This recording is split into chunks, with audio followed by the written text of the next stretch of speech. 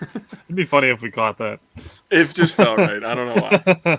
All right, we are back on another Wisco Fanatics Wednesday. We have basketball, baseball, and football to talk about today. Got a lot to discuss. We're gonna start with the Bucks in Game 5. Game 5 of the Bucks and Bulls series. Then we're gonna talk about Games 1 and 2 of the Celtics series, and we're gonna spend a lot of time looking forward at Game 3. But let's start with Game 5. Shouldn't be too long to talk about because this game was kind of over before it started without Alex Caruso and Zach LaVine playing. But let's start with Game 5.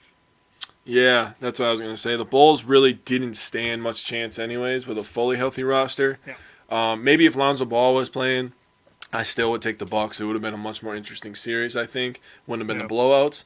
But without, their probably best pure scorer, I think he's, because he could score everywhere. He's a 3-level scorer, Zach LaVine. Yep. And, without Caruso, who's their defensive guy. Hey, what up, Big Cheese? He was the guy, he was the one that got him going in Game 2. So without those two, this was really no match. Basically just an extra game to make a little extra money for the city of Milwaukee. Nothing wrong with that. But Giannis, 33, 9-3. Drew Holiday didn't even play that well. Had 10-9. Bobby Portis, though, 14-17. Bobby is literally been hooping since being put into the starting lineup. He just plays with more energy. I don't know what that is about. Last year he was so good off the bench, and he still had good games. But I think he's going to have to get back into that role. Hopefully he doesn't go into another slump like he did in the regular season when Chris comes back, which if you haven't seen, Tyler posted Chris was working out. He was just doing some shots. I don't think he was really technically working out, but he was getting some shots up, which he was on the court and upright. Yeah, so. That's definitely a sight to see for us. Pat Connaughton, 6 of 9 from behind the arc. He was going crazy. This really wasn't much of a game, and when you look at the stats, the one stat that I found funny, they had 15 more three-point attempts than rebounds. That is how you know you lose in the entire game. They shot 52 three-pointers for a team that's not good at shooting threes, and they didn't shoot that many in the regular season. They ended up with 37 rebounds. That's poor. Yeah. Yikes. Yeah. That's gross. That is not good. The Bucks, on the other hand, shot 36, and they had 51 rebounds. That is where I want that ratio being. Yes. Wow. All right, well, it's kind of a weird start. The Bucks started out 1 of 7 and then made 9 of their next 9 shots. Still had a lot of turnovers early. Too much dribbling, leaving your feet to pass, stuff like that. Jake already mentioned. Pat Connaughton, like Jake already said, hot. Giannis was 5 for 5 in the first quarter. He had 15 points and 6 rebounds. He didn't miss a shot until there was 2 minutes left in the second quarter, and it was a 3 that he airballed. That's ridiculous. So he had 23 points at halftime. The Bucks had a really balanced scoring in the first half of this game. Bobby only had 2 at halftime, but Javon Carter had 4. Pat Connaughton had 6. Grayson Allen had 7. Wesley Matthews had 5. Drew Holiday had 5. And Brook Lopez had 8 to go with Giannis' 23. Bucks came out a little flat at halftime. Bobby Portis came in, scored 8 points in a 2-minute stretch in the third quarter, and then after that, everybody kind of followed, and everybody got back into rhythm. Bucks did eventually outscore the Bulls by 5 points in the third quarter. And watching this game, it made me wonder if the Nets regretted cutting Javon Carter. Well, if you go to the next game that we played, they definitely do. So I don't think Dragic was that good on their team. He didn't fit at all. He didn't. I mean, he was there to be the backup point guard, and he ended up being the starting point guard because Ben Simmons never touched the floor. Dude, and pause for a sec. People are going to talk about who won that trade, right? Yeah. I don't think either team won the trade. I don't either. James Harden sucks. Yep. He's horrible now. You have to run pick and roll with him. Yep. You have to. He cannot go one-on-one. He's not going past nobody because they allow more physicality. He can't do his flopping shit no more. Mm-hmm. And then Ben Simmons didn't even play. I heard he was going to play Game 5, but they didn't get a chance to do that. Yeah, just like Zion was going to play Game 7. Yeah, I know. It's just I don't think either team had traded. The Nets, maybe the Nets, but they both suck. All right. So Javon Carter in this game finished with 6 points, 3 rebounds, 4 assists, and 5 steals. That is, that doesn't blow your mind in any specific category, but that is a lot of contributions in a lot of areas for a guy who's like the 8th man off the roster. 9th man, shit. Yeah, when everybody's healthy. Jake already mentioned Pat Connaughton, 20 points. Wesley Matthews, 8 points, 4 rebounds, 4 steals. When he's got games like that, that's where the Bucks are in a really good place. When Javon Carter's giving you 6, 3, 4, 5 steals, and Wesley Matthews is giving 8 points, 4 rebounds, 4 steals, and getting some assists. Brook Lopez had 12 points, 5 rebounds, and 2 blocks. Bobby Portis had 14 points, scored 12 of them in the second half. When you get that kind of balance and contributions from everybody on the roster, that's where the Bucks are really dangerous. Grayson Allen had 13 points and 5 rebounds. Grayson Allen outscored DeMar DeRozan in games 3, 4, and 5. We should have went back and added up the total points for the series. I bet you Grayson outscored him. It'd be really close. Grayson only had like 8 points in the first 2 games combined.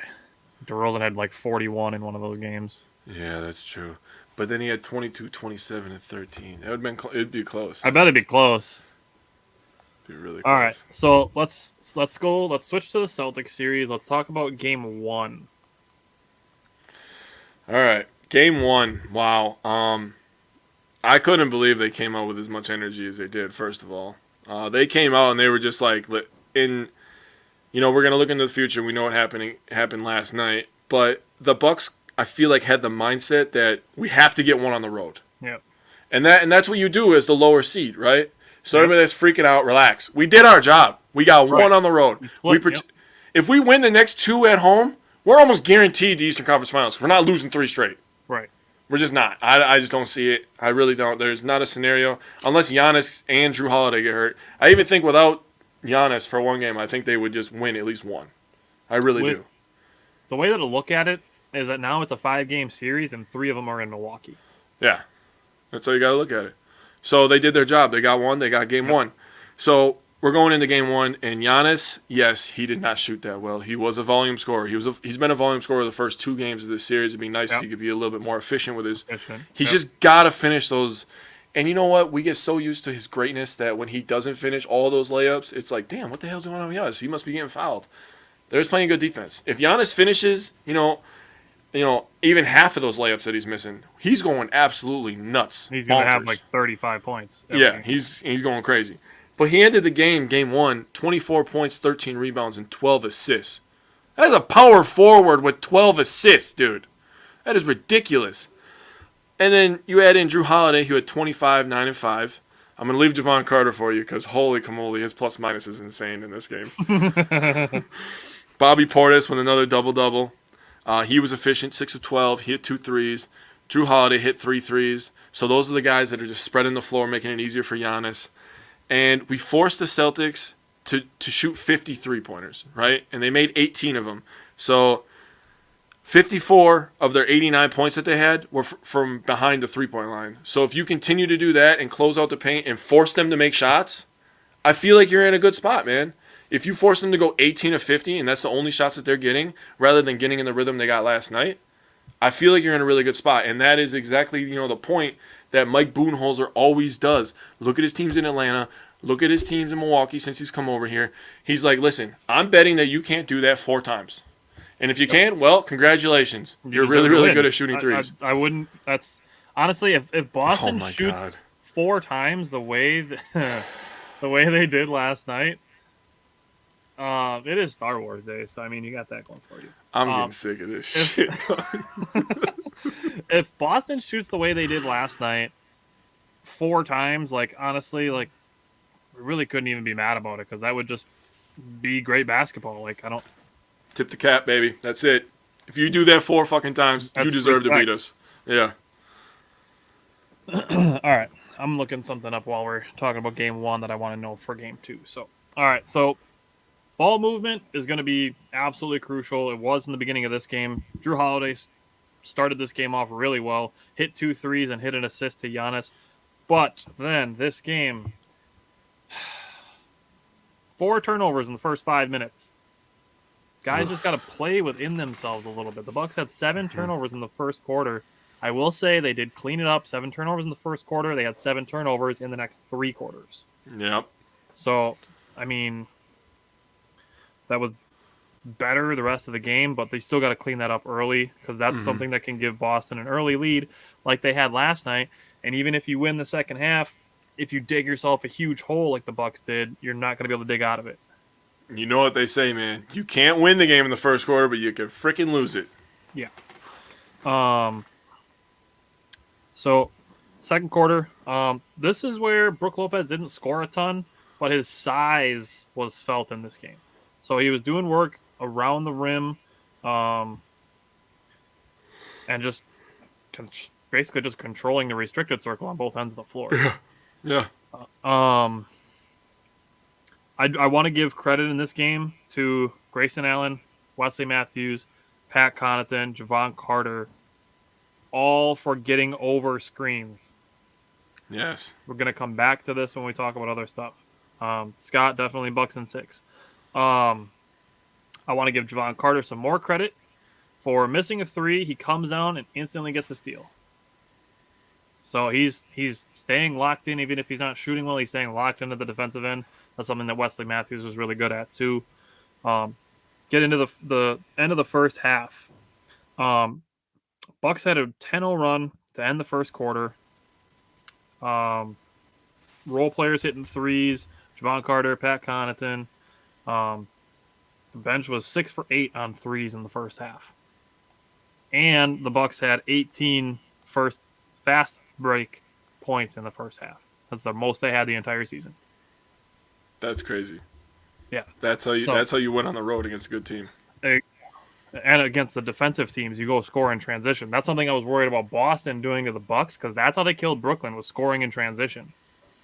Yeah, Brooklyn. And that's the only way the Bulls were scoring on the Bucks in the first round series, was getting out in transition. So that was one of my keys coming into game 1, was getting back in transition, because Boston had been doing that well. It's May 4th. I don't know what's funny about that. It's May 4th. Some would say May the 4th. Oh my fucking god. I'm going to fucking blow a gasket on this show, dude. All right. So, second half, the too much dribbling. It's got to go. That's so much back to the basket, just dribble. And it's either dribbling off the leg or somebody picks the pocket. Just keep the ball moving. Moving. It sucks because I wanted to see what was going to happen with this lineup, but at 4:03 in the third quarter, Budenholzer went with a small lineup of Javon Carter, Drew Holiday, Grayson Allen, Pat Connaughton, and Giannis. Yeah, that was interesting. I want to see more of that. I want to see it. Especially if Grant Williams is going to be the primary defender on Giannis, and they're going to try to leave Horford or somebody out there. Yeah. Like, I'll talk about what I want to talk about with Pat Connaughton when we talk about game 2, but I want to see that lineup more. Like, it happened, there was like one possession, and then Giannis got a foul, and he had to come out, and they put Brook Lopez back in. But I feel like you get enough rebounding and shooting with that lineup, man. That's a great lineup, man. Seriously. I love the potential of that. I just want to talk about that. I know, that'd be awesome. I want to see more of that lineup. Okay, I found the thing I was looking for. Okay, so Drew did this a couple more times last night, driving on Al Horford and scoring at the rim. Mm-hmm. He's crazy. Done that like 3 times so far in the first 2 games. Big Cheese said, May the 4th be with the Brewers tonight. I had to put my Willie Adames jersey on. I could not put any other jersey on today. Okay, so the Bucks, third quarter, I think they won the third quarter by 2 points or lost the third quarter by 2 points. It was one of the two. 0 made threes in the third quarter of that game. Yep. And they still held serve. Drew opened the fourth quarter with a tough floater. Javon Carter playing fantastic on-ball defense on Jaylen Brown. Not letting him go anywhere. It was awesome to watch Javon Carter on-ball defense on Jaylen Brown in that game. Wesley Matthews was frustrating Jason Tatum. That's the kind of energy we need for Game 3 is getting into guys' jerseys and frustrating them, not letting them get into a rhythm. Mm-hmm. Drew Holiday does some disrespectful stuff. I'm not gonna lie. Yeah. The 7.5 minute mark in the fourth quarter, he gets a steal and then pulls up a 3 in transition and just straight cash. Isn't that ridiculous, dude? He's so good on defense. Now he can pull up threes. That's not fair. And then Giannis did some cool stuff. I'd say. I would definitely say. Throws the ball off the backboard to himself. Kind of got trapped, and he's just like, screw it, I'm going to do it myself. And he did it himself. My favorite thing was I saw the morning after Wesley Matthews' reaction to it. And I bet you I watched it like 15 times. It was so funny. Just watching Wesley Matthews walk away with his eyes wide open. Do the face. Do the face.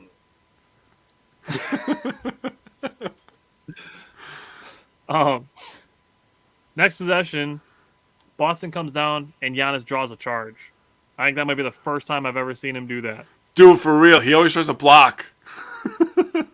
I don't think I've ever. Yeah, man. Well, like I said, I think that was the first time I ever saw Giannis draw a charge. Maybe young Giannis, but not this Giannis. Shoot, I doubt it. Young Giannis is probably jumping at the ball too, trying to get blocks. Yeah, you're right. He was definitely a foul machine. He was definitely. Yeah. He just wanted to have the ball every single time it was anywhere near him. He's like, give him my ball back. Give me the ball. I'm gonna go dunk it. So Jake mentioned the 25, 9, and 5 by Drew, 3 steals, only 2 turnovers was a key there for Drew Holiday. Mentioned the triple-double by Giannis. It was his second career postseason triple-double.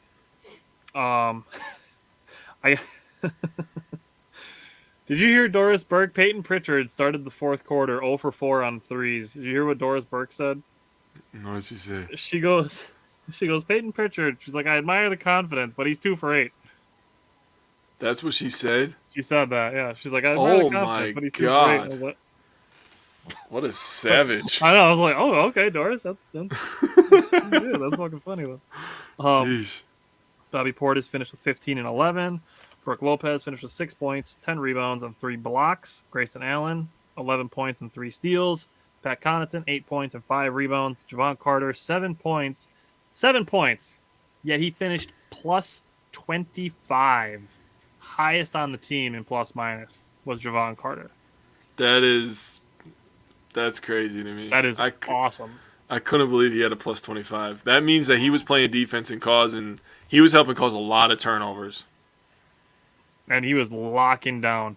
So yeah. Javon Carter, I mean, his defensive efforts while George Hill is out, I mean, it's all you could ask for from him. Yeah. Then he adds in a 3 every once in a while, and you're like, exactly. Okay, this guy belongs. Wesley Matthews, Javon Carter, anything you get on offense is just bonus. Yeah, 100%. So, looking at fundamental failures this game, and this is what I'll use to transition to Game 3, or to Game 2, I mean. 6 missed free throws, 14 second chance points. That was one of my keys for Game 2, was to cut down the offensive rebounds. And 6 points off turnovers, so 26 fundamental failures. I mean, that's not terrible. It's not great. Flipping over to Game 2, 8 missed free throws, 9 second chance points, which is better, and 24 points off of turnovers in Game 2. Yeah. That's 41 fundamental failure points. We were really, really sloppy last night. And it wasn't just at one point. They were sloppy at a lot of points during this game. And the first half was worse. Scott, I don't know if I agree with him about being better than George Hill. George Hill, towards the end of the regular season, was playing some pretty solid defense.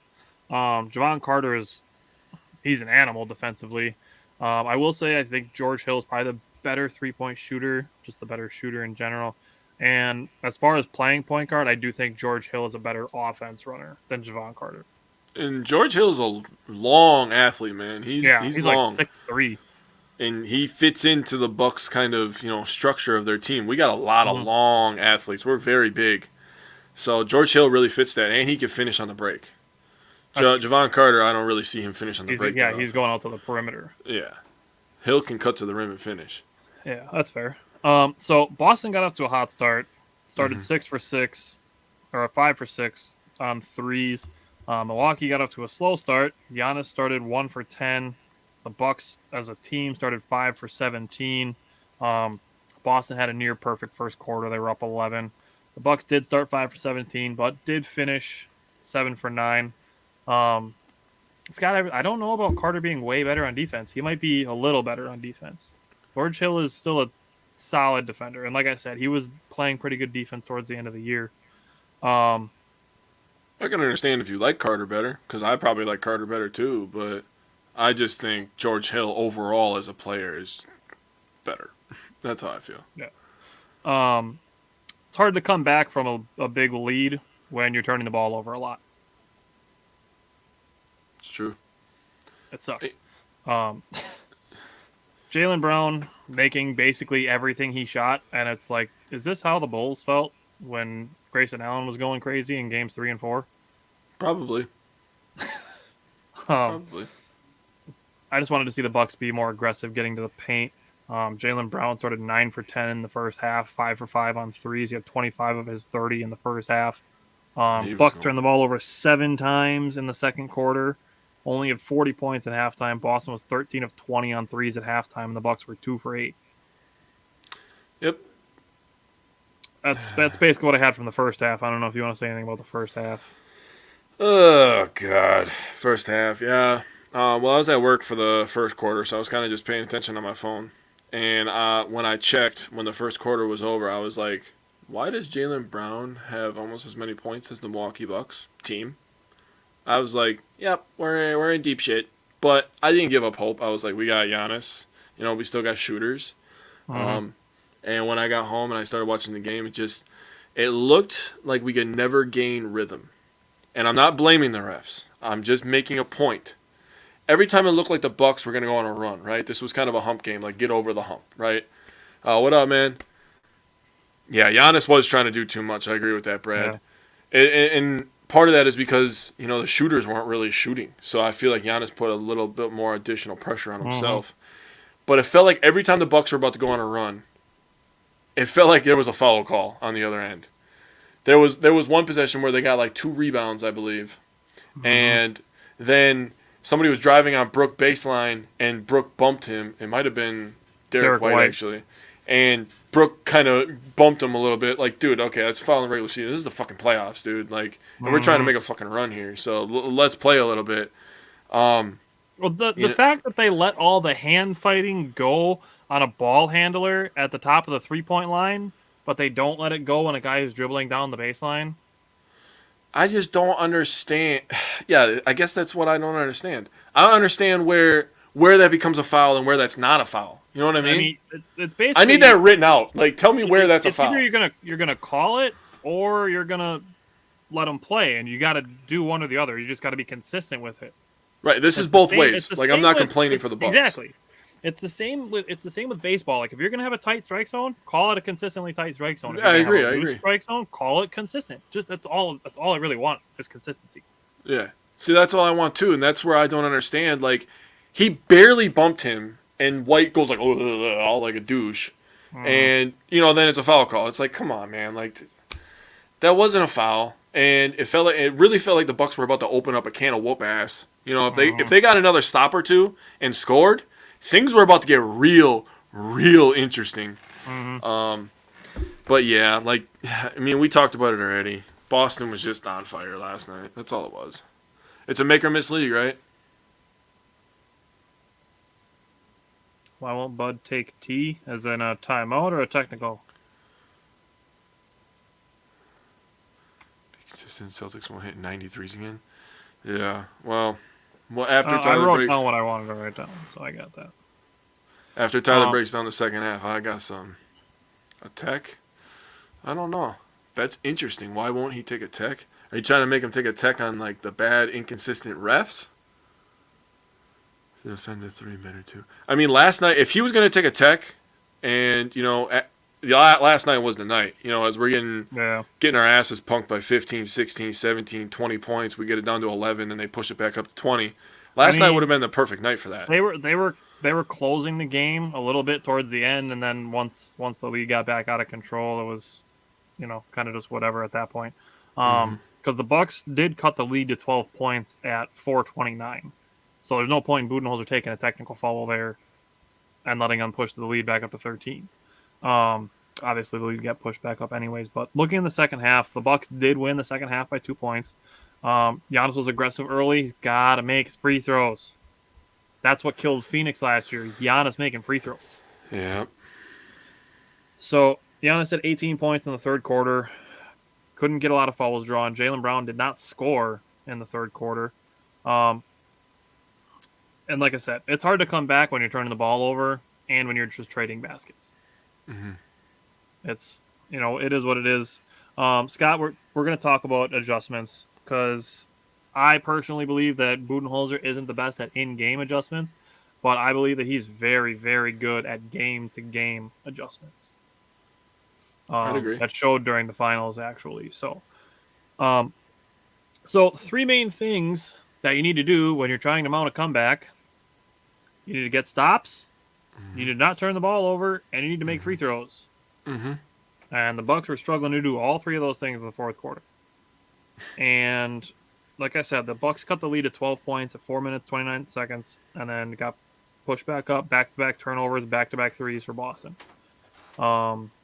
It's not necessarily that they need another shooter, Scott. It's that they need to have the shooters shoot.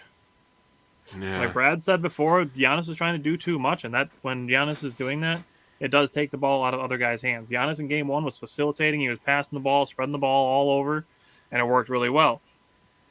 Guys like Pat Connaughton were hitting threes. Bobby Portis is hitting threes. Javon Carter made a couple threes. If you can do that, you get your shooters open looks. It's not necessarily needing to add another shooter. It's just needing to add shots to your shooters. The thing I need to talk about, and we need to discuss, is how the hell there is not a single thing called on Grant Williams for pinning and then twisting Pat Connaughton's arm. I have no idea. How in the actual fuck is there nothing called on that? And you can clearly see his elbow go inward. And his shoulder twist. What the hell? How do you watch that 4 times and go, oh yeah, that's clean. That was after the whistle too. Pat Connaughton reached on that play. He did. Pat Connaughton reached. That's a foul. Fine. Mm-hmm. But the fact that after the whistle, he pins his arm and then goes like this and twists his body? How is that not an excessive, hostile, unnecessary act? Seriously, that's fucking ridiculous, man. That was where I was done with the game. Or done with the officials at least, because that was some bullshit. Yeah, Isaac, I said that by the way, right before we started talking about game one.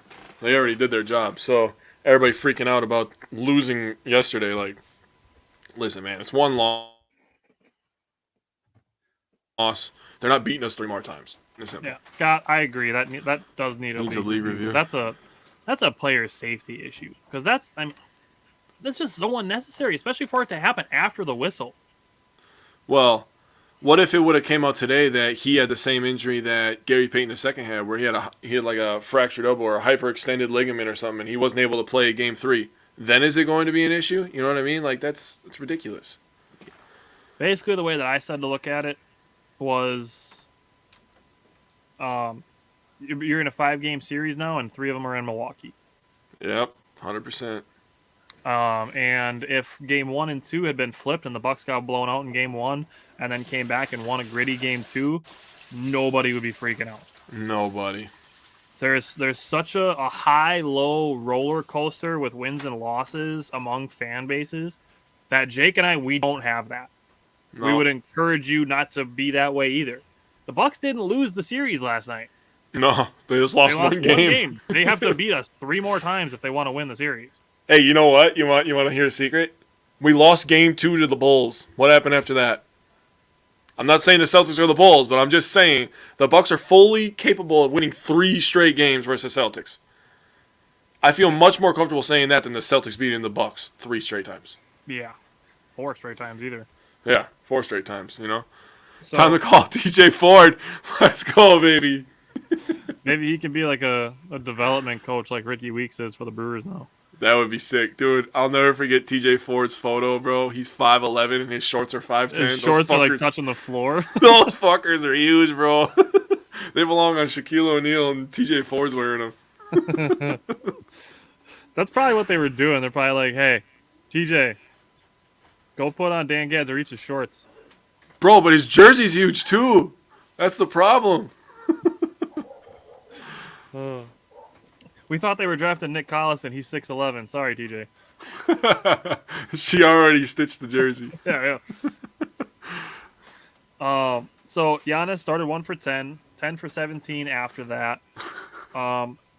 Finished with 28 points, 9 rebounds, 7 assists. Did have 6 turnovers. Offensive fouls count as part of that. So that's one of the adjustments he's going to have to make. When we talk about Game 3, we're going to talk about some of those adjustments.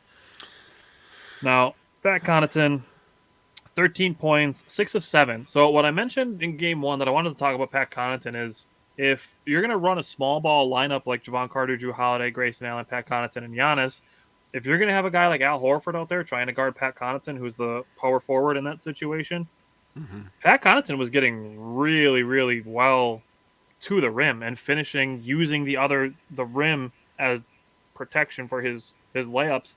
And he was getting to the rim effectively, like really well. Obviously, he finished 6 of 7.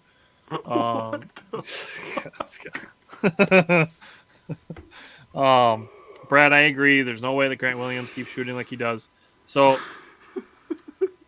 Boston was 23 of 40 on threes last night. That was 47%. Yeah. Their season percentage is 35.8. So I would continue basically doing what you do for the Bucks. Just try to contest the shots a little more. Boston's not going to have another game like they did last night. And like we said, if they do that 4 times, like, you tip your cap. 100%. I will tell you this. I'm going to take the words right out of your mouth, and we were texting yesterday. Boston basically played a perfect game yesterday, and they won by, 13 points? The Bucks were horrible on offense.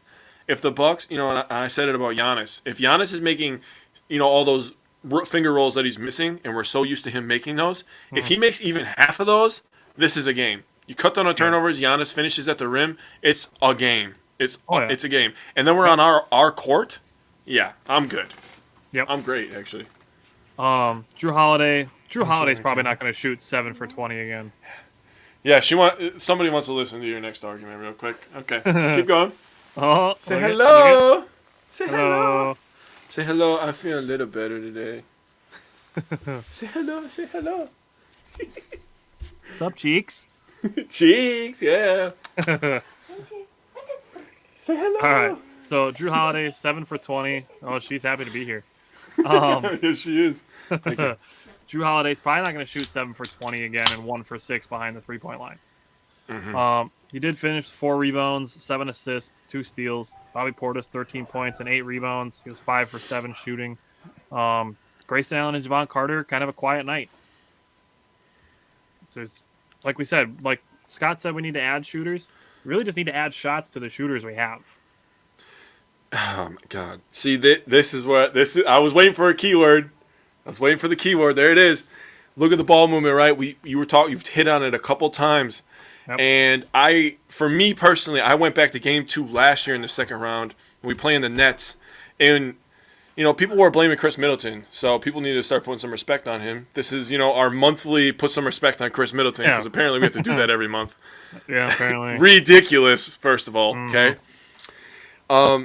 They thought that he was the reason that we were doing so much iso ball, and it was like, dude, it's not Chris Middleton. It's not one player. He's not even the best player on our team. Why would he be able to control all that? Yesterday they looked exactly the same, in my opinion, in a lot of ways. Sloppy dribbling, turning the ball over, 1-on-1, like, I'm going to go 1-on-5. Like, dude, no. That's not how you win playoff basketball games on the road. Not even, at home you don't do that, but definitely not on the road. Against a good defensive team. So then when you couple all that stuff in, right, you go to the 3-point attempts. Boston made more threes than we attempted. That is not how the Bucks operate. They had zero rhythm yesterday. They played bad yesterday. They played almost as bad as you could play, in my opinion. With how loaded our roster is, scoring 86 points with all the people that can score on our team, they played almost as bad as they could. We only lost by 13. I think was it 23? Oh, 23, yeah. 23. Still, that's not the point. The point is they played as bad as they could, and the Celtics played a perfect game. And we got the game within shouting distance a couple times. You know what I'm saying? The lead was down to 12 at 4:29. That's striking distance. When they got it down to 12, 14, I was like, man, they just need one fucking run, dude. I know. It's like they get this game to single digits. Like Boston's they're gonna be sweating, shaking their boots a little. Man, I was like, just get it to 6. Just get it to 6, and then we'll go from there.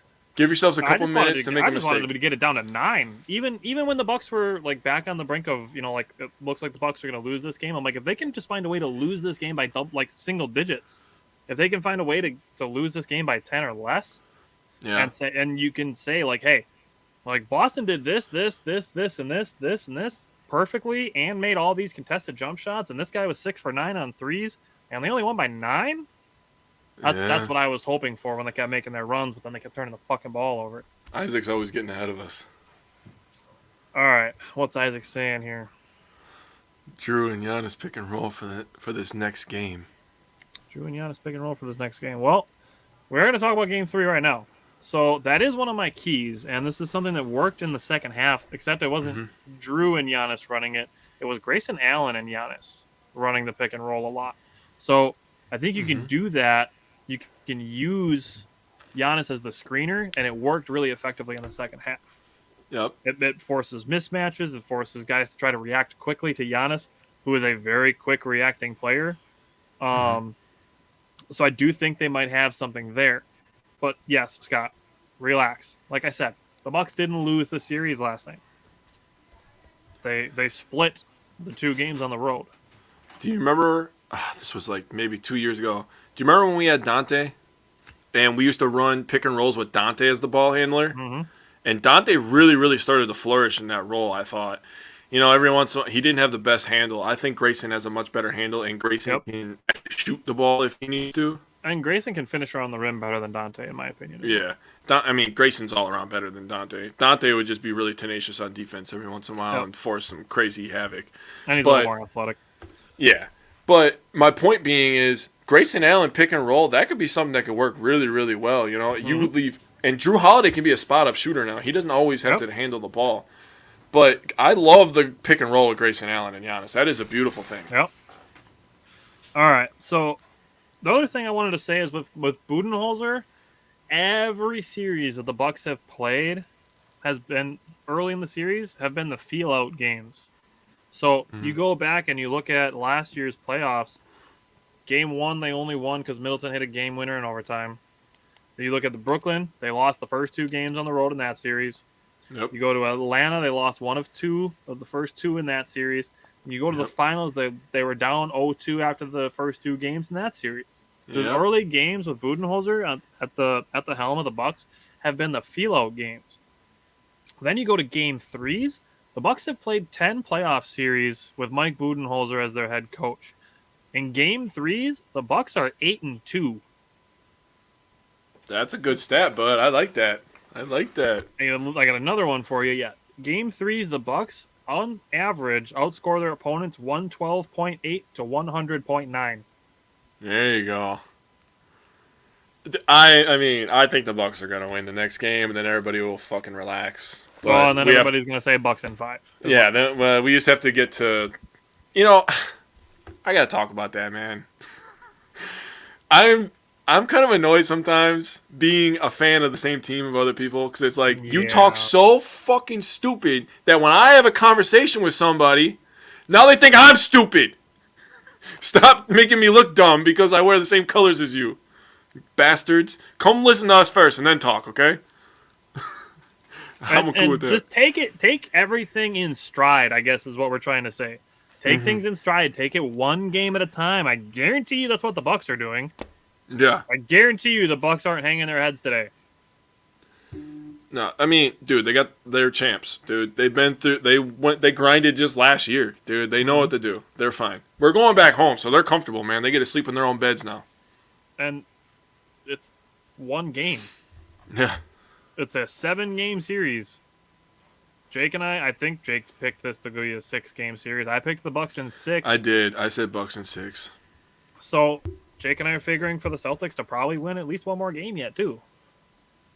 Point is, the series is not over after one loss, especially in Boston. So for real, dude. All right. Other things. So if they win in 5, I'm gonna go back to the comments that were made today and yesterday, and I'm just gonna troll the hell out of my Bucks fans, dude. You do it to Boston fans too, because apparently there's tons of Boston fans that are like, "Oh, game 1 was just a fluke." Whatever. The Celtics aren't the Bulls. Okay, the Bucks aren't the Nets, but whatever. Touched on this a little bit already. So keep contesting jump shots. Mm-hmm. Just contest them. Wesley Matthews was doing a really, really good job of contesting jump shots last night. Jason Tatum was just making everything. There's nothing you can do about that. I've said this a whole bunch of times. Good offense beats good defense every time. It applies in football. It applies in basketball. Applies in baseball, too. The guy with the bat really is in control if you think about it. Yeah. I mean, if you hit the ball over the fence, there's no defense for that. Facts. Or if you hit them where they ain't. That's literally a baseball saying. That's valid. All right. The next thing. Keep Boston off the offensive rebounds. They did a better job in Game 2. Game 1, they gave up 14 second chance points. Game 2, they gave up 9 second chance points. But it just seemed that they came at the worst possible times in Game 2. Mm-hmm. Keep Boston off the offensive rebound. Don't let them extend possessions. Don't let them get second looks, because that's where they got a lot of their open three-pointers last night. It was off a second chance.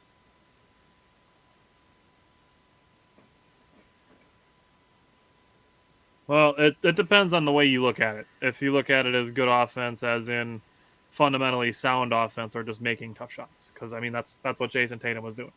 I mean, you can't defend him any better without fouling. Durant is looked at as the best offensive player in the league, right? Basically because he could just make shots in tough situations. All right. Offense. We already touched on Giannis as the screener with Grayson Allen and Drew Holiday as the ball handlers. You could maybe throw Wesley Matthews in there because he's actually been doing a decent job of getting to the rim in the playoffs this year. He's not going to the hoop and scoring on people and dunking on people and stuff, but he's getting penetration is the thing with Wesley Matthews. He's not just camping on the three-point line and shooting contested threes. He's pump faking and he's taking 2 dribbles into the middle of the lane and getting other guys open looks. Bro, we always hit a 3 when he does that. I shit you not. We always hit a 3 because he pump fakes. He takes that 1 or 2 dribbles. He breaks the defense down again, and the ball movement restarts. And that's how you know when we're in a rhythm. It's like always Drew, Bobby, Grayson, and Javon Carter out on the three-point line, and they're always ready with their hands ready to shoot. So just keep the ball moving. I want to see less dribble handoff.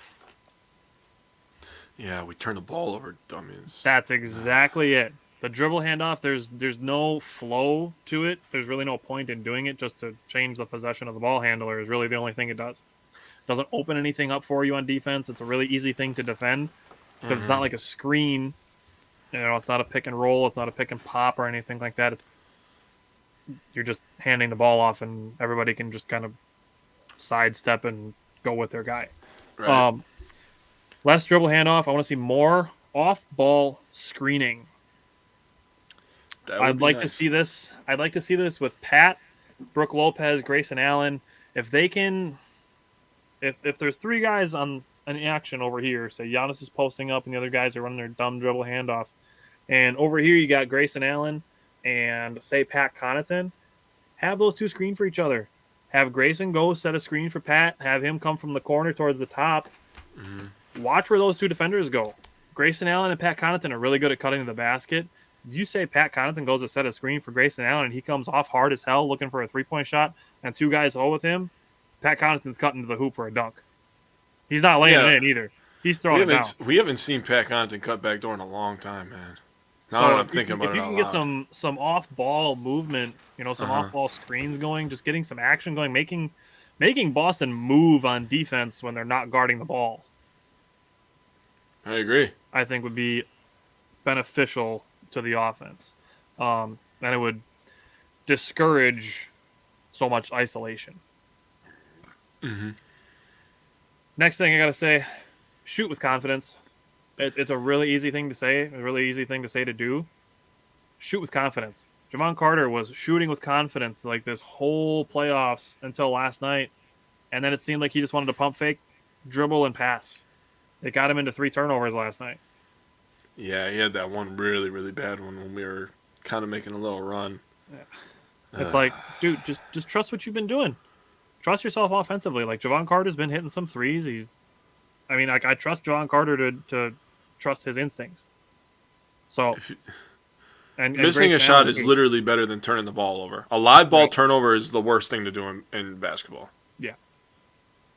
So, Grayson Allen, too. Shoot with confidence. Dude, you just lit up Chicago for 3 straight games. Just shoot like that's what's going to happen. Yeah. And Wesley Matthews, too. Shoot with confidence. All 3 of them. Pat Connaughton, keep doing what you're doing. Shoot with confidence.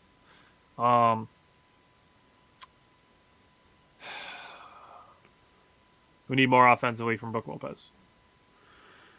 I don't think they feature him enough, man. I don't know that he's really hunting anything either. He's not even shooting his once in a while 3-pointers that he normally takes. Yeah, he didn't even attempt a 3 last night. He shot 2 shots. Yeah. And he made 1. Yeah. He's 4 for 9 and 0 for 2 on 3s in the first 2 games so far. And I mentioned this with game 1, game 2 a little bit. Don't leave your feet to pass. It's a turnover like 50% of the time. Mm-hmm. Like, nobody wants 50% of their passes to be turnovers. Don't leave your feet to pass. That's Jameis Winston territory. That's what you get. Yeah. James. Giannis did it. He was driving baseline, and he left his feet. He had nowhere to go. He just threw the ball into the middle of the court, and it was intercepted and taken. Boston got a transition opportunity out of it. Mm-hmm. Javon Carter did it a couple times. Don't leave your feet to pass. Just don't do it. I agree. Coming out of the gates, Saturday, there's a long break in between now and game 3, which is kind of unfortunate. It leaves a bad taste in your mouth for a few days, but early in the game, this is a tone-setting thing. Instantly, right away, get into Jaylen Brown and Jason Tatum. Mm-hmm. Throw their games off. Get inside their jerseys. Irritate them. Jason Tatum didn't like it last night when Wesley Matthews was getting up on him last night. No, he was crying. He was whining a lot. So, Wesley Matthews, Javon Carter, Bobby Portis can be an instigator like that. Instigate him a little bit. Those 2 are young guys, and like I said, Jason Tatum, he seems like a flusterable guy. Because even last night when they're up by 20, he's still complaining to the refs. I know. Which was annoying. So annoying. But, and then Pat Connaughton, keep doing what you're doing. His last 3 games, he's 16 for 24 and 9 of 15 on 3s. He's back now. He's back. Yeah. So I'm going to answer Isaac's question before I give my couple little points here. Do I think this is Darvin Ham's last year with you guys? Okay, so let's break this down, right? Look at the Western Conference.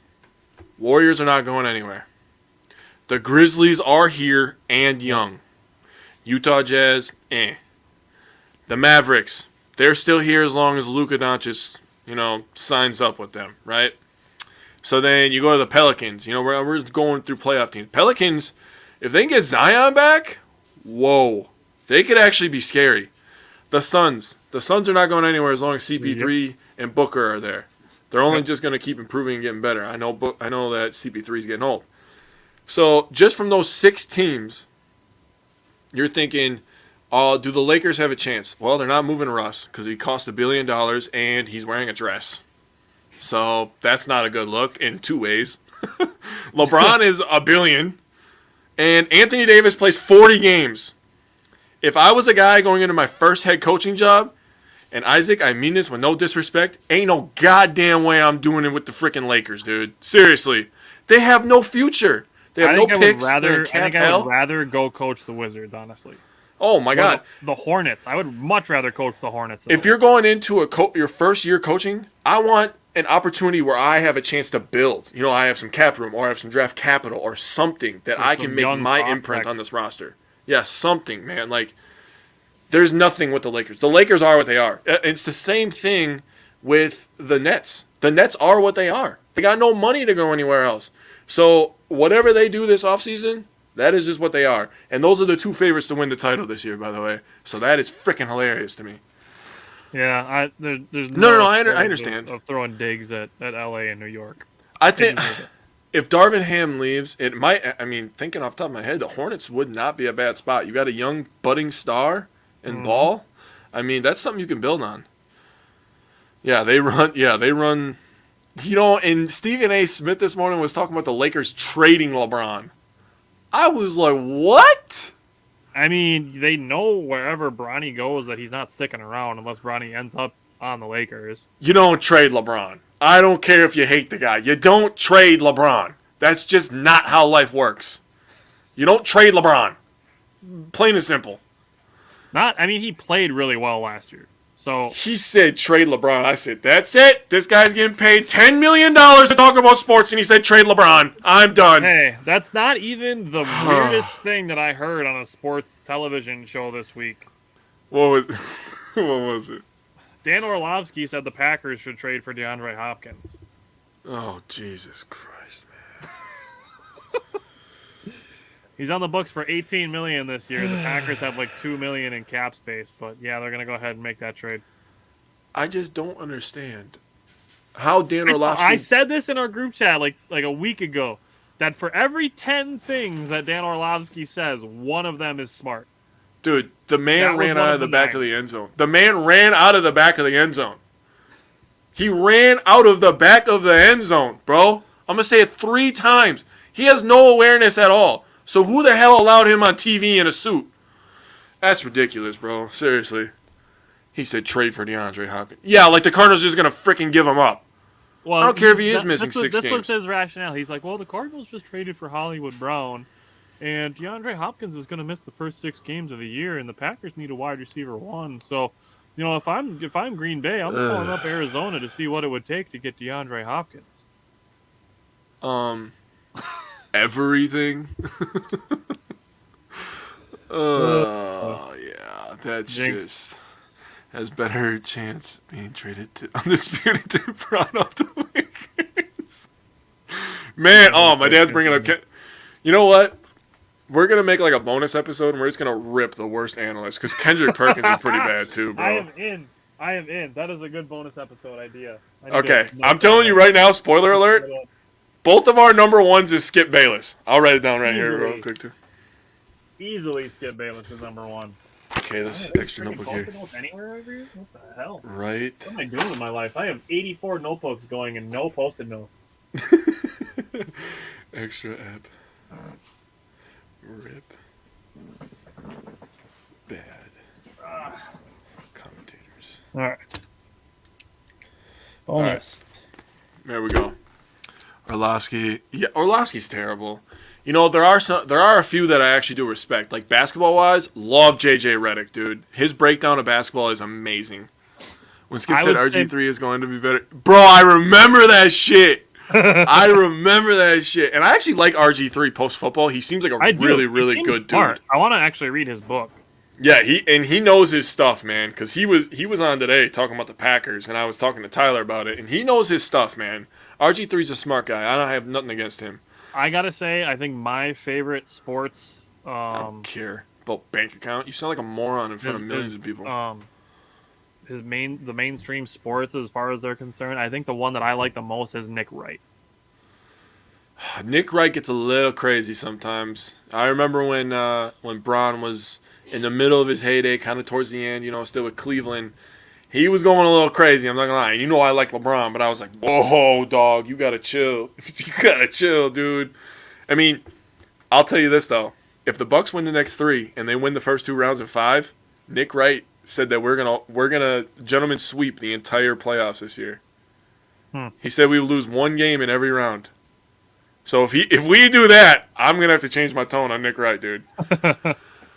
Yeah, he loves LeBron. For the most part that he's pretty even keel. Like, Stephen A. is freaking ridiculous. He was literally picking Miami because he wants to be in Miami during the Eastern Conference Finals. So stupid. Like, dude, why don't you just retire and move to Miami if you freaking hate sports teams, cities that much? Seriously, if dude. It's that consequential to you that you take the city that they play in into account, like, just retire and go live where you want to live instead of complaining about where games are taking place. Seriously.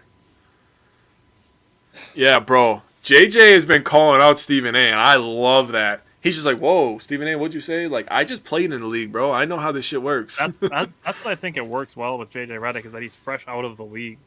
Who's that Mad Dog guy that goes on there on Wednesdays? You ever watch him?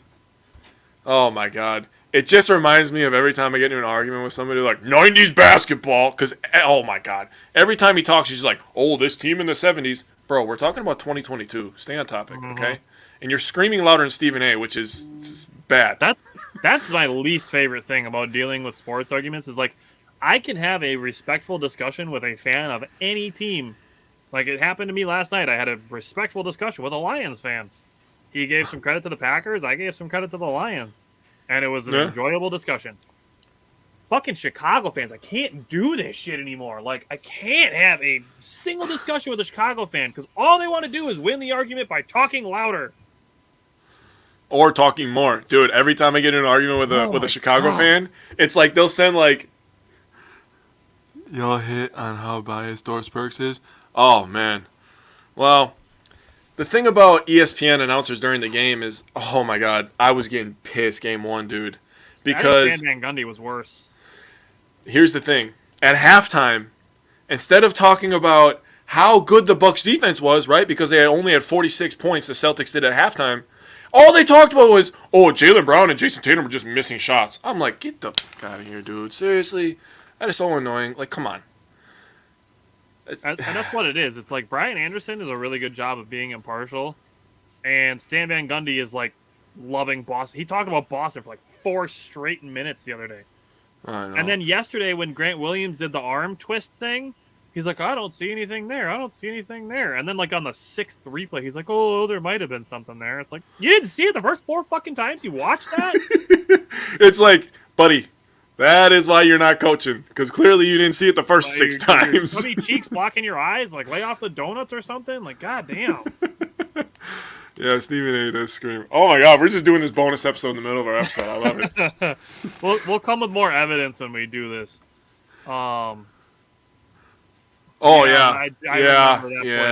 Yeah. Dude, he got hit on the elbow and the wrist, and then he got blocked. She's like, that's perfect defense. He's in a perfect position. To what, foul him? I was like, that was a lot of hand. He got hit in the elbow, too, on the way up. He got hit in the elbow and then the wrist, dude. And then the people that are like, hand is part of the ball. Oh, clearly not, because I could bounce it and my hand stays attached to my body, you freaking douche. Or it happened to Bobby Portis last night. Al Horford went to contest Bobby Portis shooting a 3, and Al Horford hit Bobby Portis' hand. Nothing. Horford is about to get an earful in Milwaukee. I hope Giannis dunks on him again. Right? That'd be awesome. All right. What do you want to say about what the Bucks can do for Game 3? All right, I kept mine plain and simple, Jake style. Here we go. First one, move the ball. Stop with that ISO garbage. It's not fun to watch, first of all. If I'm not having fun watching it, I can almost guarantee that you're not having fun doing it. So let's everybody move the ball, shoot the ball, let's move this thing. You cannot, and I said this before, you cannot allow a team to make more threes than you shoot. That is a recipe for disaster. We clearly saw what happened last night. My next one, play under control. Every once in a while, I feel like when we're driving, trying to find open shooters, we get a little reckless. This is mainly on Giannis. He gets a lot of fouls on offensive end of the court, which is ridiculous because it holds him back on the other end of the court where he can make such a great impact. So I'm saying play under control, play with composure, we'll be okay. My last one, and this might be my most important point. Rebound the basketball. I'm talking offense and I'm talking defense. When you get a stop on defense, it does not count in my brain until you grab the damn rebound. And we have plenty of dudes that can grab rebounds. Plenty. All 5 guys can go over there, and I feel like Pat Connaughton grabs some man rebounds once in a while. He out-rebounded Tristan Thompson like 7 times. Bro, in the house of the Giants, bro. He's in there and just give me that. Grayson Allen grabs some good rebounds once in a while. I mean, he's a guy that's fearless too. That's why I think I love Grayson, because he goes in there and he's just like, whatever, man. I'm going to go grab the rebound. The thing that rebounding does for me, I'm not saying it does it for everybody else, it shows me that you're playing with an edge, and it shows me that you're playing with physicality. Boston is a physical team. They are not the better team. Series. It is going to be a very physical series. That's one thing that I will give credit to Boston. They play physical and they play tough, right? Yep. So if you match their physicality, and we are the better team overall, in my opinion, yep. I mean, you're going to win games. Just go rebound. Go get the damn ball, okay? Plain and simple. I have 4 keys. They're simple. That's how you win games. Obviously, shooting threes. You can't guarantee you're going to shoot threes. Yeah, not turn the ball over. That's kind of where my play under control is too. You know, you can't just be making passes to pass the ball. You got to be under control, calculated. That's how I feel about the dribble handoff. Like I feel like you're just making passes just to pass the ball. He probably could go rebound, Isaac. I do agree that the crowd better be loud. I'm looking forward to that because it does seem like it fueled Boston in games 1 and 2. Game 1, the Bucks weathered that. But game 2, every time the Bucks kind of went on a run and then Boston kind of broke the run, their crowd is just nuts. Yeah. So I'm really looking forward to seeing what the crowd in Milwaukee is like on Saturday. Let's fill that mother effer up, man. Let's go crazy. Let's be loud, man. Let's do this thing. And like I said, Bucks, I really firmly believe that they're going to win on Saturday. Monday game will be that'll be a really close game. I think the Bucks are going to be a really close game on Monday, but if we win the next 2 games in our house, protect home court, we got nothing to worry about. And I just want to say before we switch to the Brewers, it's time to move on from Grayson Allen's plays at Duke. Come on, man. Seriously. That was 7 years ago. Like, it's time to move on. Imagine if I held on the stuff from my life that happened 7 years ago. I'd be a very sad person. It sucked, and I hated it at the time.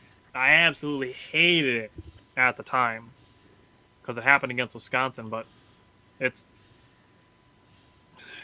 time to move on. It's 7 years ago, like I said, and he's on our side now.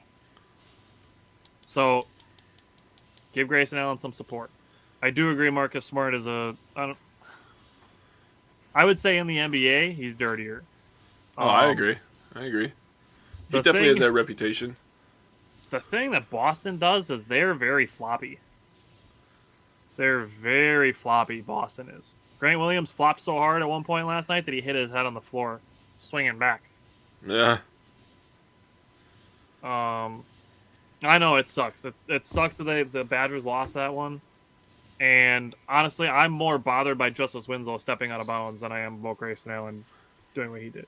Hey, Grayson Allen was hooping that day. He was one of the main reasons that they won that game. But, yeah, Justice Winslow, when he stepped out of bounds, that was clear as day. Like this much of his heel out of bounds. I'm like, how do you not see a 6'7" muscly dude step out of bounds? His foot, he's wearing at least a size 15, bro. Come on, man. Yeah, that sucked. Yeah, that's true. Hey, Scott, that's a good point. Yeah, that's a good Grayson point. Allen can help the Bucks win another title, that would go a long way to. I definitely think Badgers fans are not allowed to bring that up anymore. I'm going to use that forever, Scott. Thank you very much. There we go. That's why we do the show live. We can get awesome stuff from our audience. And I'm not going to say that it was from you next time. I'm just kidding. I'll give you credit. I came up with this great idea while I was in the middle of my sports show the other day. All right, so we got 2 games with the Pirates to talk about for the Brewers. We have a series with the Cubs, and then last night's game 1 of the series with the Reds. So let's go to the second game of the Pirates series. Coming into this game, the Brewers had won 8 of their last 10 games. I got to say, I liked hearing Tim Dillard question the ball because Major League Baseball has changed the ball again, and now home runs and batting average are down across the league. So all the complaining about the Brewers offense, like, at least they're winning. It's affecting some teams way more than it's affecting the Brewers because the Brewers have elite pitching. So you look at a team like the Red Sox, who I think are 5 games under 500, which probably pains James to hear that because they're in a tough division. He deserves it. But offense is down across the league.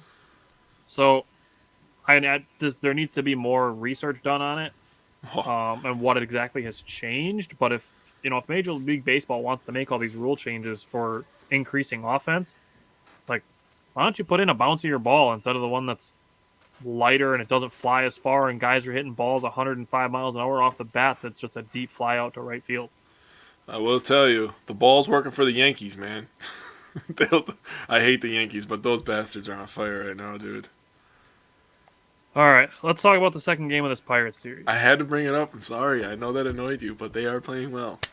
All right, second game. We'll probably trade him Yelich for a bag of baseballs because Yelich has a big contract. Baseball for players paid a few years ago at times. Yeah. All right. This second game here. Paid. Hey, if they put a salary floor in, everybody can get paid.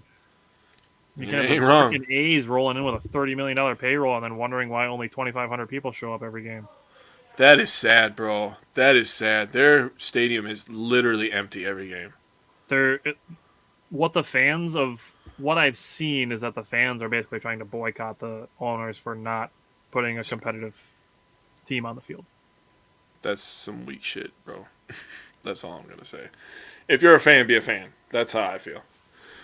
Don't get me started on the fucking payroll. Now he did. McQuaid, there's like key words on this show, man. I almost hate the Dodgers more than I hate the Cubs because of how bad.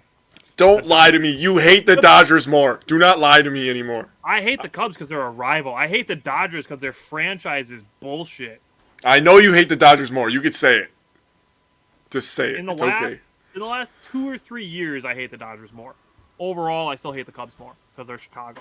Okay, that's fair. The fact that the Dodgers had like a $285 million payroll last year and were able to trade for fucking Max Scherzer and Trey Turner?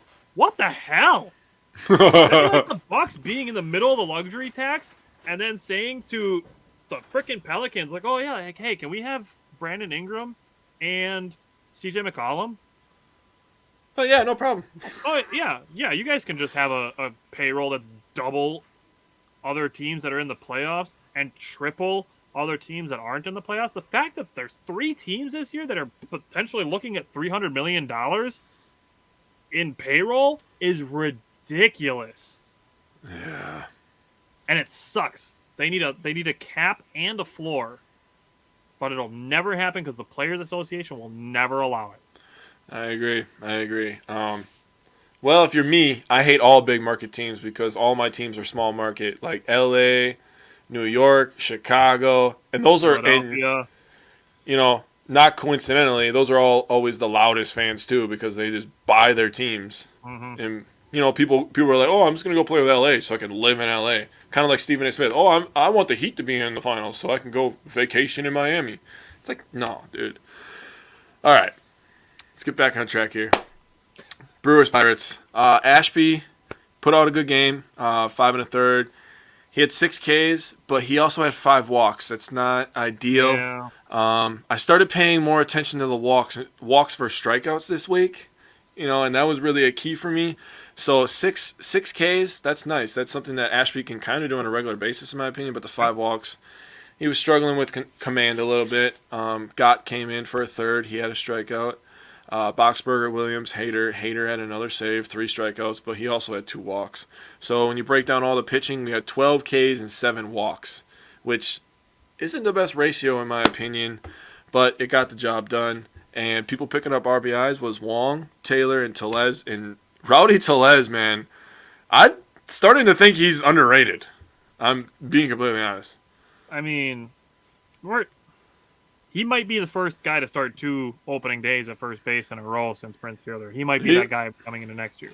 I want to answer 2 questions. I want to answer 2 questions in here. One of them is, why wouldn't the Players Association allow a salary cap and floor? Because it would stop LA from being able to spend $300 million and have contracts like Mookie Betts is like a 10-year, $350 million contract, and Kershaw and Walker Buehler and everybody else that they have there, and Justin Turner, and then be able to add Freddie Freeman in free agency.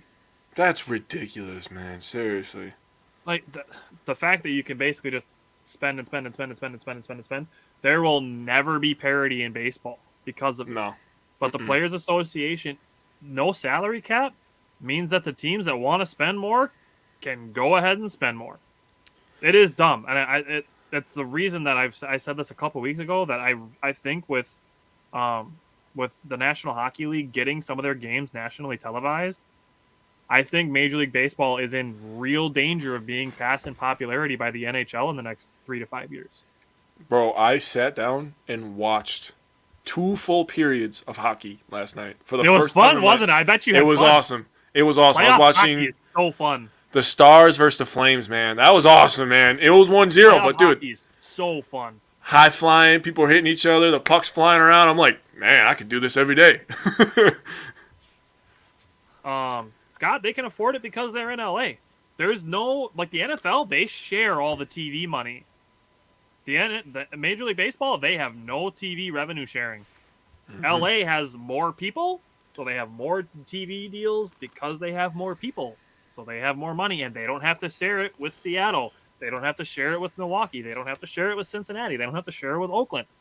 They keep it, except for, like, I don't know the exact percentage, but there's a small sliver that goes into Major League Baseball. But they keep most of their TV revenue. So literally being in LA or being in New York or San Diego, the Padres have a good amount of money. They're not quite as much, but the Yankees, the Mets, the Dodgers always will have the most money to spend because they're in a place simply with more people. Yeah. That's just stupid to me. That's just stupid. And I wanted the Coyotes to come to Milwaukee. Or they originally didn't want to put ice in Fiserv Forum, but they did, and it's like NHL. But make it happen, man. We got good fans around here, man. We got great fans in this state, man. Seriously.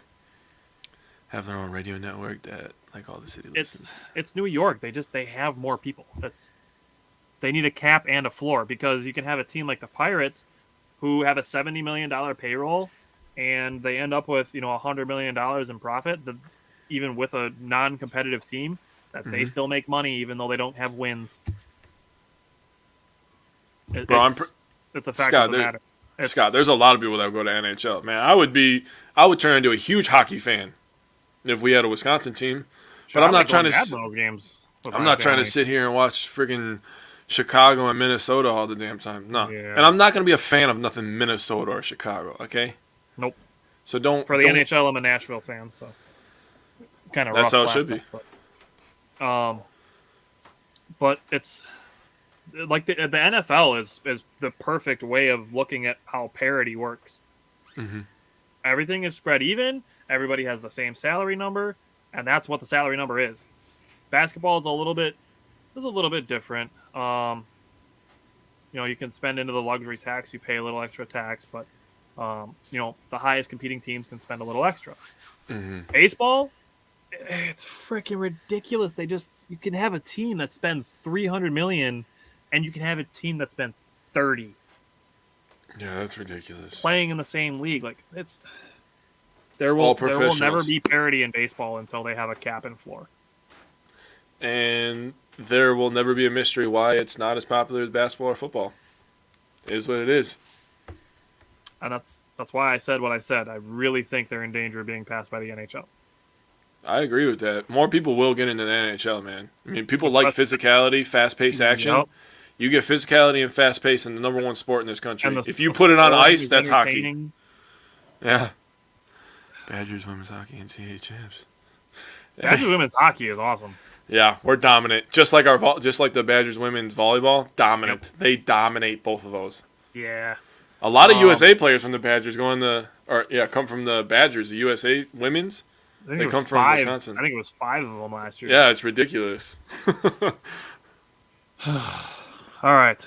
So, game 2 of that Brewers Pirates series. Jake already mentioned Ashby, the 5 2/3, the 6 Ks, the 5 walks.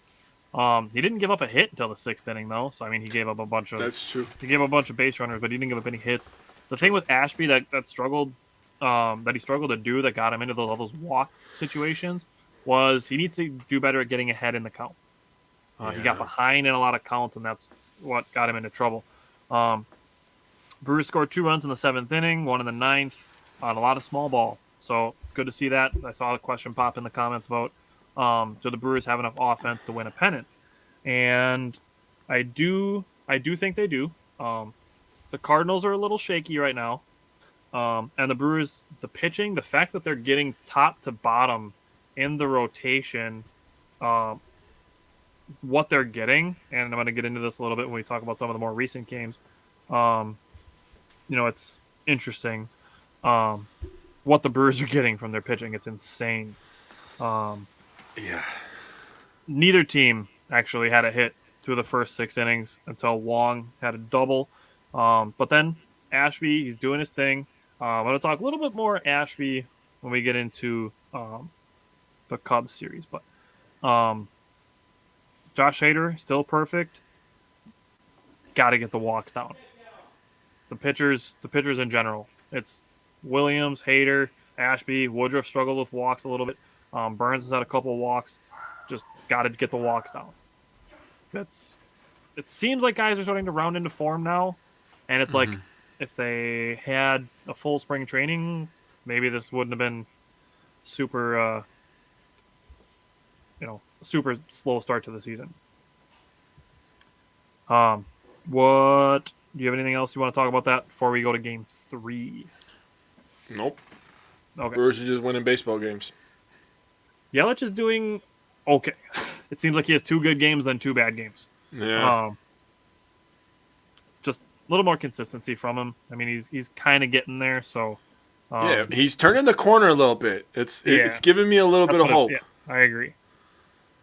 I mean, he absolutely destroyed the Cubs, so I'm really excited to get to that series. All right. Well, let's talk about the game 3 before we talk about the Brewers-Cubs series. Okay. Well, Peralta is usually the guy that gives up the walks, right? In our starting rotation, he had 0 in his last start against the Pirates. 6 innings, 0 runs, 7 Ks, 0 walks. That is how it's done. That's the Freddie fastball, Freddie curveball, Freddie Peralta that we all know. In this game, and it's happened again recently, Devin Williams picked up a save. 1 inning pitch, 3 Ks, no walks. The Brewers, if you break down their Ks and walks, they had 11 strikeouts to 0 walks in this game. That's good. That is massive. And it's because we talked about it for a couple of weeks. I think you brought it up first, talking about how the walks have really, really killed us. And, and then I brought up the stat about all the 2-out hits after giving up walks with 2 outs, and just putting people on base and giving them an extra batter, It's like your mind goes into, okay, one more batter. And then you walk a guy, and it's like, man, all right, one more batter. And then you just leave one over the middle, make one mistake, and that's how you lose baseball games, right? Yeah. Baseball is such a technicality, sport. You have to hit this certain spot with this certain pitch, Well, the thing with the Brewers is that with a team that's based on their pitching and defense and less on their offense, the margin of error for that becomes a lot smaller. Oh, agreed. The only player that coming in for a little while. Yeah, agreed, man. The only person picking up RBIs in this game was Andrew McCutchen against his old team, so that's pretty awesome. Yeah, he got all 3. And he led the game off with a solo homer. Literally on the first pitch. Yeah, that was crazy, but he knows how to hit in that park. So that's all I got to say about that. McCutchen led the game off on the first pitch home run. Brewers struck out 13 times in this game. So it was McCutchen, and then it was quiet for a long time, and then it was McCutchen a little bit. Boxberger got into a little bit of trouble. Like we said, none of these guys are going to be perfect 100% of the time. No. Expecting that is idiotic. It's sorry to be a little harsh, but it is. No guy is going to be 100% perfect through the entire season. Even Francisco Cordero, when he was like lighting the world on fire with all the saves that he was putting up, was like 48 for 52 on saves. Yeah. Francisco Rodriguez was the same way. His name was K-Rod, but he was not 100% perfect on saves. Agreed. Guys are going to give up some hits and runs sometimes. Tyrone Taylor missed a home run by a couple feet. That's one of those things where you have a ball that just doesn't fly as much. It's a little bit lighter. Guys missed home runs by this much. It's like baseball. If you want more runs scored, like I said, just put a juiced ball in there. They want to make all these changes, like banning the shift and making the bases bigger and moving second base closer to home plate. They won't address the ball. Yeah, or they do, and it's in a negative way. I want more scoring. Or they go to the wrong direction. That was probably Rob Manfred. They're like, hey, here's the ball. Like, should we go this way or should we go this way? And he's like, go that way. And they're like, Rob, that was the way to make the ball not fly as far. And that's Rob Manfred's commissioning. You throw us like for real.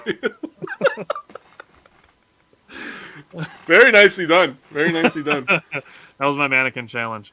Brent Suter and Hobie Milner pitched clean in this game. Then Devin Williams got his first save. I'll get to Devin Williams in a sec when we talk about the game last night. So let's switch to the Cubs series. The first two games of this series were really fun. Yeah, the offense, fuego. Oh my goodness, we were on fire, baby. Dude, the first game, holy shit, dude. Seriously. I almost said holy camole. I almost said it. I said, no, I'm not saying that virgin word anymore. No more holy camole. So we're talking about the baseball not flying as far, and then we come into a game where the Brewers hit 6 home runs, and it was your stat of the week. Yes, so I'm gonna let you have all the home runs. I'm just gonna talk about the pitching a little bit. Adrian Hauser, 6 innings. You know, that's basically the bare minimum we're getting out of our starters, which is ridiculous. We are very blessed for that. That is not normal, I think. 6 innings, bare minimum. He gave up 2 hits. He gave up no earned runs. He had 6 Ks. He had 3 of our 5 walks for our team. Mm-hmm. The Brewers ended up with 9 Ks and 5 walks. That's not the greatest ratio. But they only gave up 1 run. So I'm not going to sit here and complain and be like, oh, my God, they pitched horribly. They gave up 1 run to the Cubs. Well, we scored 11. And like I said, this was Tyler's stat of the week, so I'm going to let him handle the offense on this game. So the Brewers hit 6 home runs in this game. It was the second time that they've hit 6 home runs against the Chicago Cubs. The last time they did it was exactly 16 years ago in 2006 against the Cubs at Wrigley Field. It was 16 crazy. Years to the day the last time they hit 6 home runs in a game against the Cubs. That is insane. That's a crazy stat, dude. That's good stuff. So the Brewers jumped out to an early lead in this game. They were up 3-0 after 2 innings, up 4-0 after 3 innings. The Brewers hitting home runs early and often. Jace Peterson hit one in the second. McCutchen hit one in the third. Yelich hit one in the fifth. Yep. Hunter Renfroe hit one in the 7th. Willie Adames hit one in the 8th. Cubs scored their only run on a wild pitch. Yep. Every batter got a hit. Even the pinch hitter, Mike Brasso, was 1 for 1. And then, like Jake said, Adrian Hauser was solid. So going back to last June 27th, I did it with Eric Lauer last week. Going back to June 27th last year, the top 5 pitchers in ERA, Eric Lauer is number 3 with a 2.16. Corbin Burns is number 4 at 2.21. And Adrian Hauser is number 5 at 2.25. That's not fair. That is not fair. That's not fair. Brewers have 3 of the top 5 guys in ERA since last June. And we already know how good Woody and Freddie can be, bro. That's ridiculous. Yeah. And then you get to the back end of our bullpen. That's not fair. That is not fair. If Yelich and Renfroe are hitting, because I feel like McCutchen has a groove, man. He's gonna hit. Yeah. If Renfroe and Yelich can be consistent hitters, high average, hitting the ball at the ballpark, this team can win the World Series. That's the key. All right, let's talk about Game 2. So, Yelich and Renfroe back-to-back days with homers. Tellez joined the party. He hit a homer, his 4th of the year. Renfroe his 5th, and Yelich his 3rd. Getting RBIs in this game was Yelich, Renfroe, Tellez, obviously, and then Hira and Brousseau also picked up RBIs. Eric Lauer was masterful again, absolutely masterful. He might be our 3rd best starter, and I'm saying might because it's still early in the season. But Eric Lauer, the start he's got off to is incredible. 7 innings pitched, 5 hits, 1 earned run, 11 Ks, and 1 walk. This guy's striking everybody out. It's ridiculous. He was a soft contact ground ball guy. Yep. And now he's striking people out, and he's still getting soft contact. Yep. Gott with an inning, and Cousins with an inning. We ended with 15 Ks and 3 walks. I'm okay with that ratio. Yep. We beat the shit out of the Cubs, so I'm happy. Yeah. Andrew McCutchen and Lorenzo Cain were the only players that didn't get hits in this game. That's crazy, bro. The home run that Rowdy hit absolutely smoked. Yeah, I know. I kind of love Rowdy. because I picked on him so bad last year when I said he has the agility of a refrigerator. I feel bad for that. I mean, he's not any more agile than he was. He's just hitting the ball more. Just wait, bro. So the Brewers jumped out to an early lead in this game as well, 3-0 lead. Playing small ball and smart base running, which is something I mentioned last week. I wanted to see more aggressive base running. Andrew McCutchen and Christian Yelich. Hunter Renfroe with the softest contact on a base hit this season. It was like 24 miles an hour off the bat. He must have hit it like literally off the end of the bat. Like, not talking about the end of the bat, but literally like if you take your bat and turn it this way, like he hit it off the end of the bat. They don't even have coyotes in Wisconsin? What? That doesn't mean they would keep the name, you nerd. We could change the name. Chelsea, there are absolutely coyotes in Wisconsin. Oh, my God. Yeah, tell me you've never been to Wisconsin without telling me you've never been to Wisconsin. And you're a fan of a team here? You ever heard of Google? Oh, man. We got to bring the joke back, Tyler. All right, so the Brewers scored 9 runs in this game. 4 of them came off of home runs. 5 of them came off of manufacturing and putting hits together. Yes, Chelsea, there really are coyotes in Wisconsin.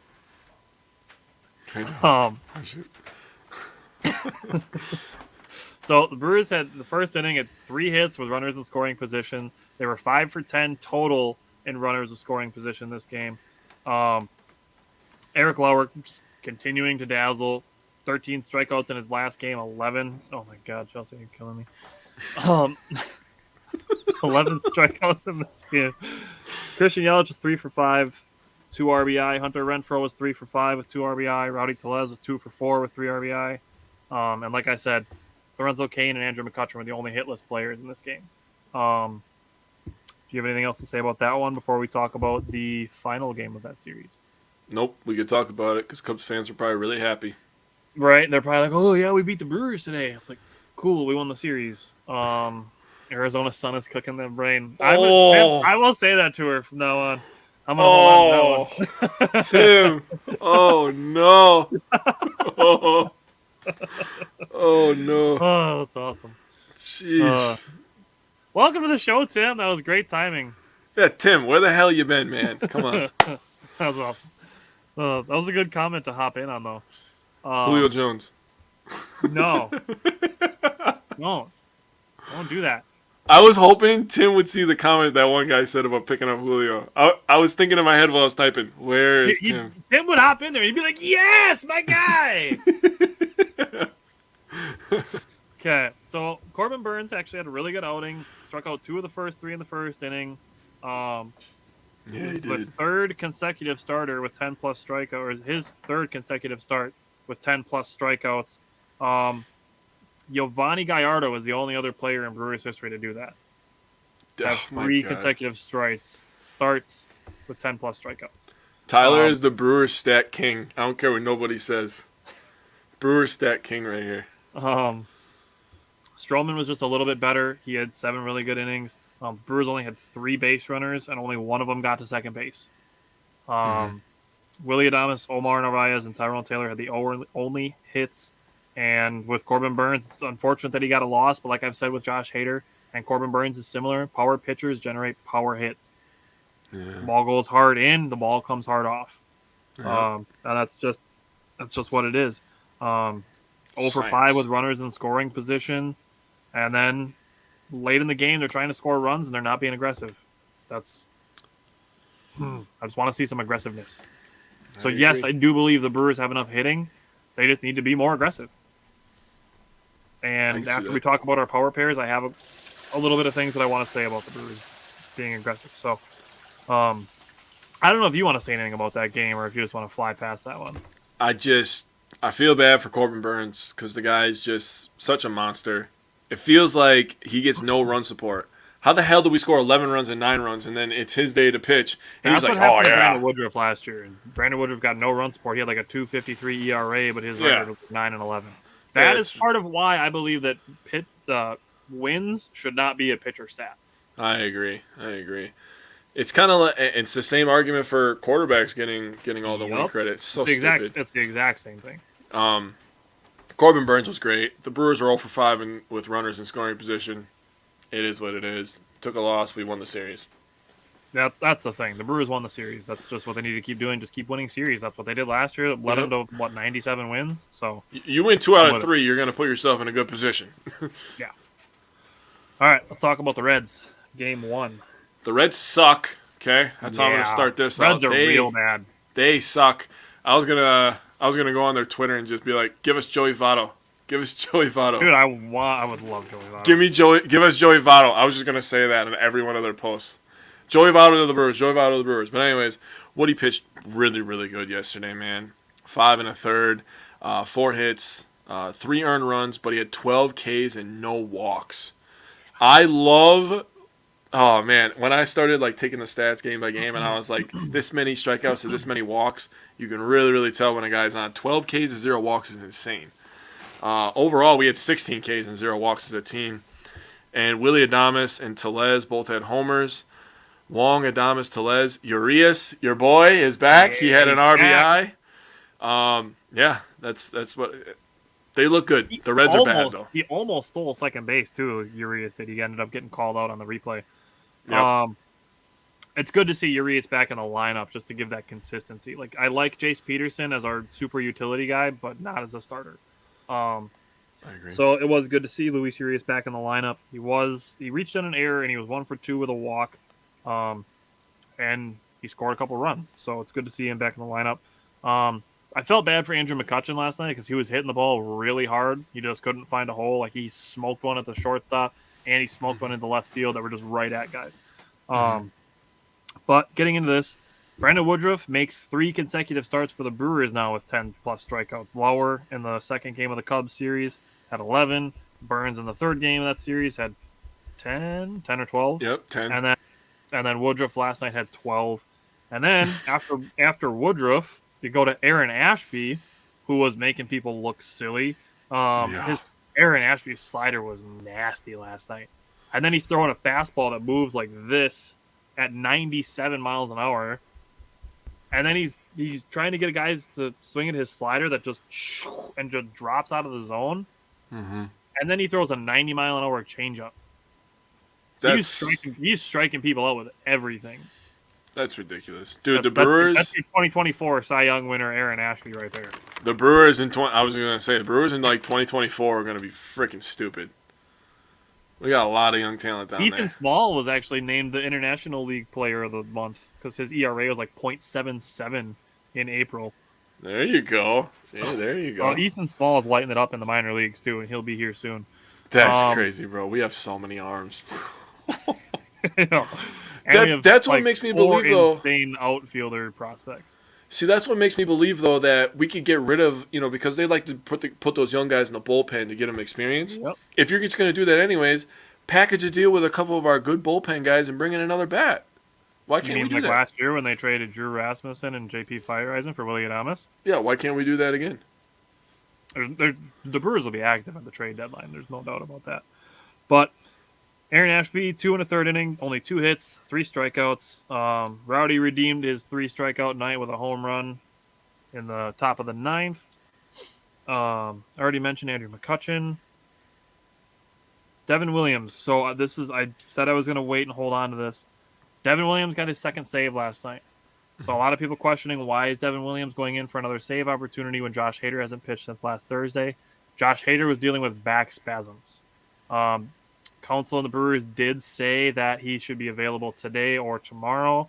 So it doesn't seem like it's anything super serious, but it was something worthy enough to give Devin Williams a couple save opportunities, which he converted both. So that is good. Look at the flexibility in our pitching, dude. Hey, you're the setup guy. Nope, now you're the saver. You're the closer. Sorry, you're the closer. Saver. Yeah. The saver. Oh. That was not good. That was not good. I tried to talk too fast. Didn't think. That was not good. Oh, that's You're awesome. the saver. You're the saver. Oh, God. Man. Damn it. Oh, that is awesome. I'm out here making a fool of myself, but I don't care. I don't care. Get in there, Devin. You're the saver today. Yeah, go be the saver today. I don't care. That's awesome. Let it happen. Oh, all right. God damn it. Anyways. All right. Power pair will be interesting this week because you can pick one position player and one pitcher. I'm interested to see who you have. Let's start pitcher with this week since we did position player first last week. All right. My pitcher, I wanted to go outside the box because Josh Hader did win the reliever of the month for April. So we posted that yesterday. Josh Hader has been awesome. I wanted to go a little outside the box, like I try to do once in a while, just so Jake and I get some variance. I went with Aaron Ashby. Okay.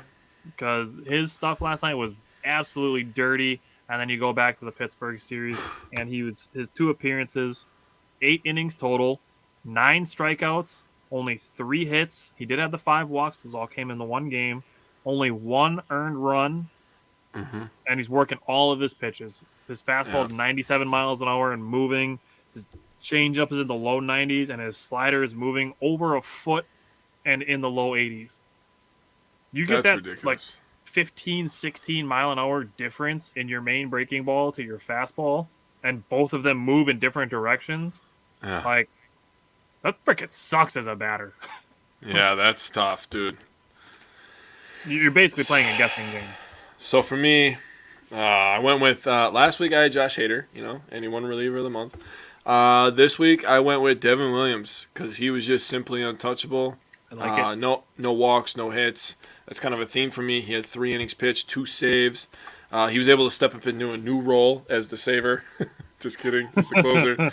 And he had 5 Ks. So he went to a new role, and he didn't bat an eye. I like it.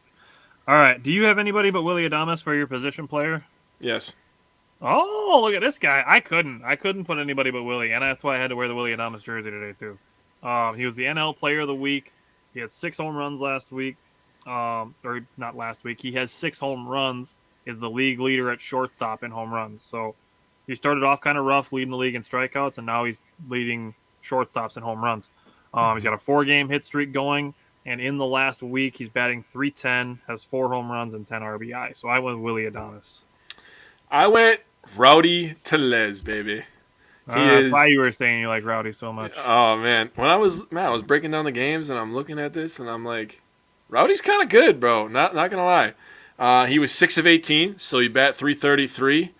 He had 8 RBIs, the home run, and we found out he has a 9-inch vertical this week.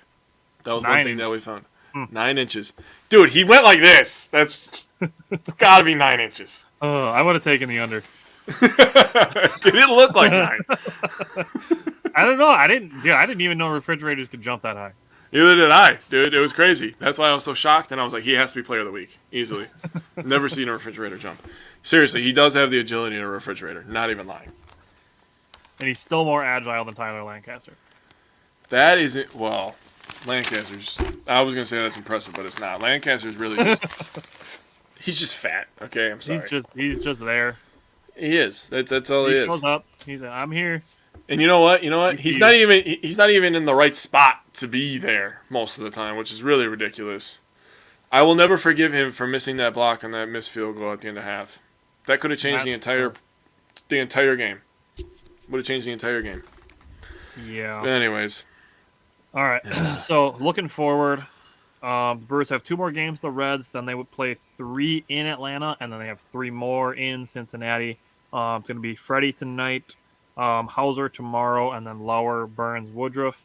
We'll see if Hauser ends up getting another start in there somewhere, but the Brewers starting lineup is nuts. You basically know you're getting he's not even in the group chat and he did it. God damn it.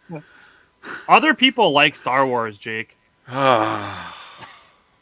Anyways, basically the Brewers starting lineup, you know you're getting 5 or 6, sometimes more innings, and probably only one or 2 runs given up and a bunch of strikeouts. But so I talked about this last week about wanting the Brewers to be more aggressive early in counts, just to try to generate more hits. It was 2 weeks ago that I brought it up, that the Brewers are among the best teams in the league at not chasing pitches, but are also 24th in the league in swing percentage. Mm-hmm. It was something like that. I'm going to find it just so I make sure that I'm saying the right thing here. I just want to make sure that I'm saying the right thing. No, you're understandable. Too many notes in here. That's what happens when you take so many notes. That's what happens when I have so many notebooks going. Okay. Yeah. So, Brewers. Oh, it was zone swing percentage. That was the other one. So the Brewers were 24th in the league in zone swing percentage. So they're not swinging at pitches outside the zone, but they're also not swinging at pitches inside the zone. So watching last night's game, I really ended up honing in to a really, really specific count, and it's 2-0.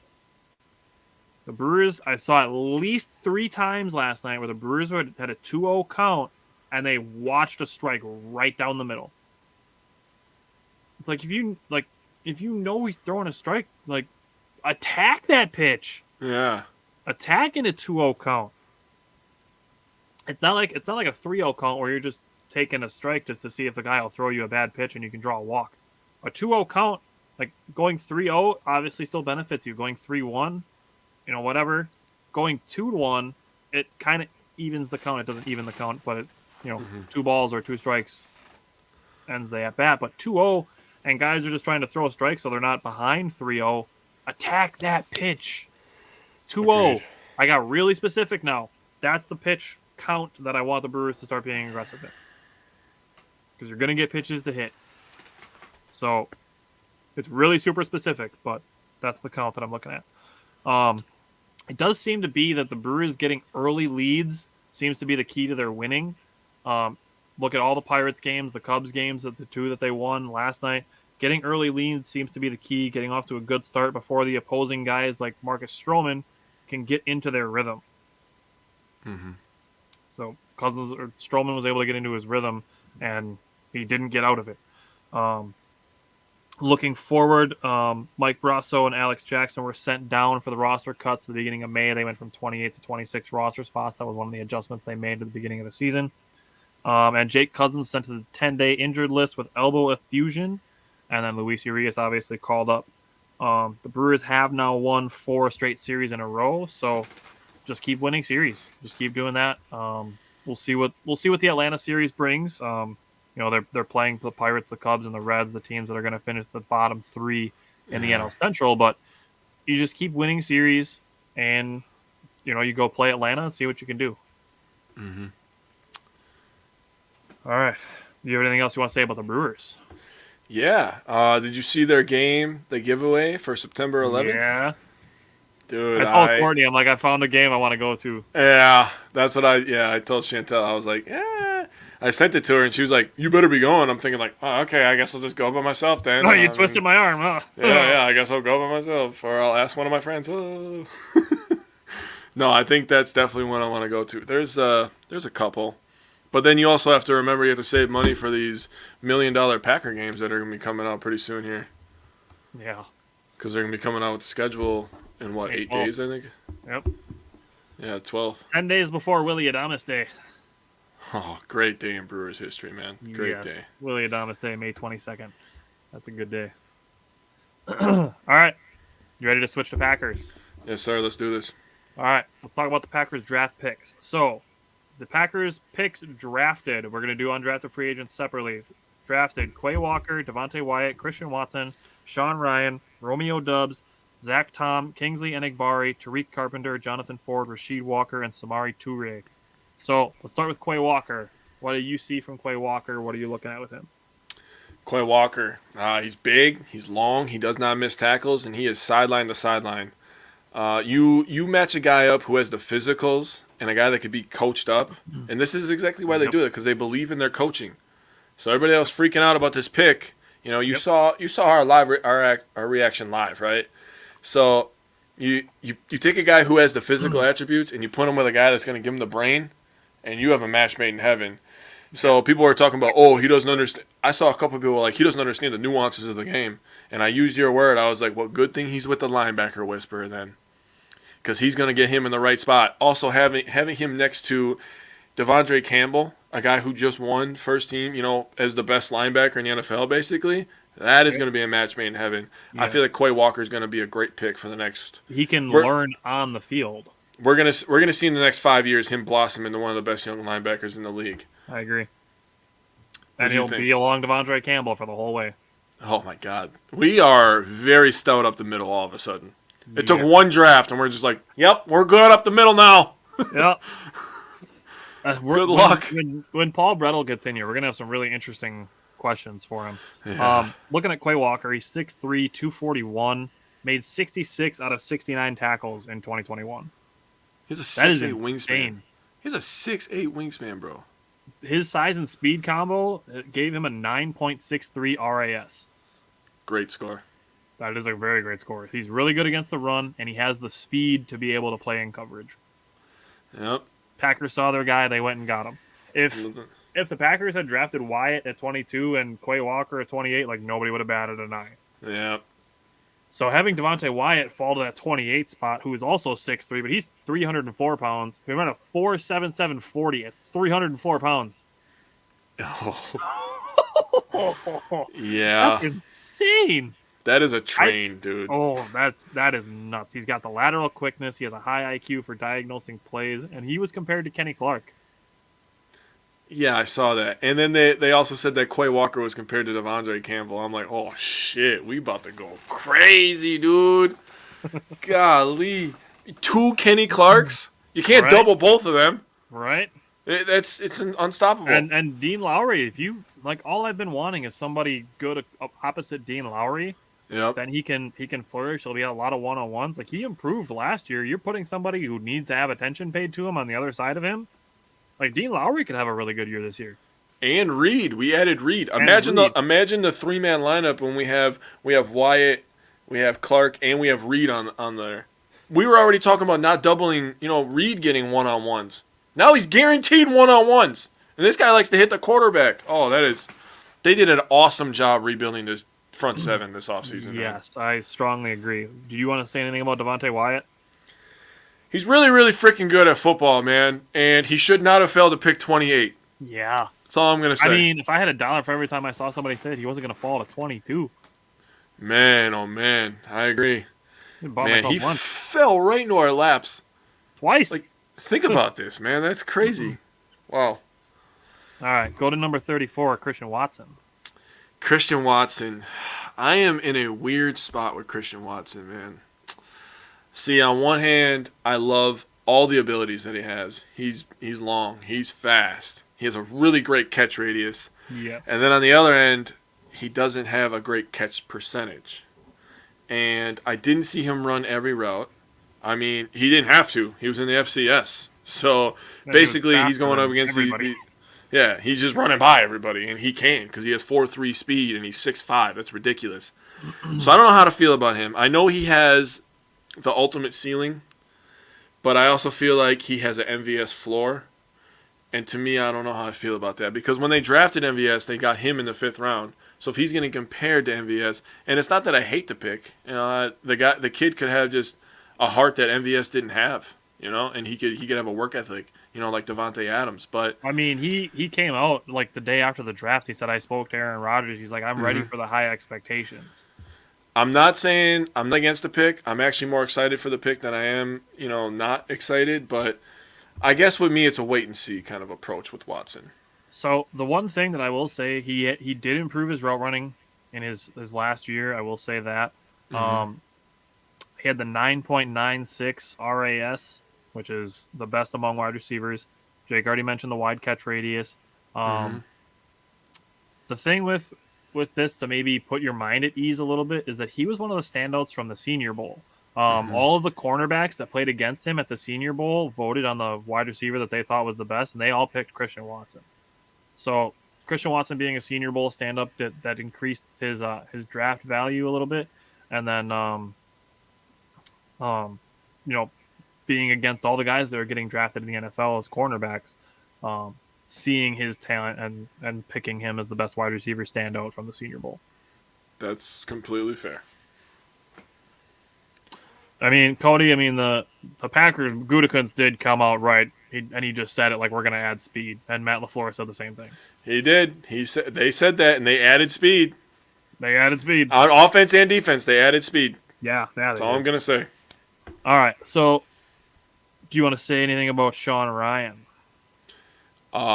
He is huge, and he's gonna play right tackle. And if he's good, then it's an awesome pick. Yep. And if not, the Packers have offensive line depth like they always do, which is always important. He's got experience at guard and tackle. He's physical, and he's athletic enough to pull across the line. So if you're running left, like you can bring him from right tackle across and have him help block. He's athletic for that. That is great. That's a valuable trait as far as an offensive lineman is concerned. It's not sexy to talk about offensive linemen, but it's a necessary thing. And he has a coachable attitude. That's something I appreciate about any player, is having a coachable attitude, being willing to be versatile, adaptable, and do what the coaching staff is asking of you, instead of saying, this is what I do, I don't want to do anything else. So having that coachable attitude and that versatility at guard and tackle, I did like that pick. Definitely overlooked. He could have been an earlier pick. Sexiest name in the draft, Romeo Doubs. He's going to wear number 87. He's 6'2", 201 pounds. He had back-to-back 1,000-yard seasons at Nevada. He plays tough. He has super strong hands. That was one of the most hands was like on the top of one of my lists. The things that I wanted. Romeo Doubs was my number 13 wide receiver. His hands are so damn strong. Carson Strong, every time he threw to him on third down, Romeo Doubs made the catch every single time. That's why I wanted Randall Cobb on the Packers. I wanted to have somebody that Aaron Rodgers could trust on third down, because I harp on third downs so often during the season. So having a guy that's really good on third downs, I really appreciate that with Romeo Doubs. The thing that I'm actually way more excited about Romeo Doubs than I am Watson, which may sound crazy to some people, but the thing I love about Doubs is he catches everything with his hands. Yeah. And that's the problem I have with Watson. And it was the same thing with MVS. It's when he came to the league, he was a body catcher. He allowed the ball to get into his chest, which sometimes it'll bounce off. And Rodgers, Rodgers said that he's going to be there and he's going to be working with him. That'll be one thing he beats the hell out of Watson for. Catch it with your hands. And if he can fix that in this next couple of months here, we will be all good, and Watson's going to turn into a freaking stud.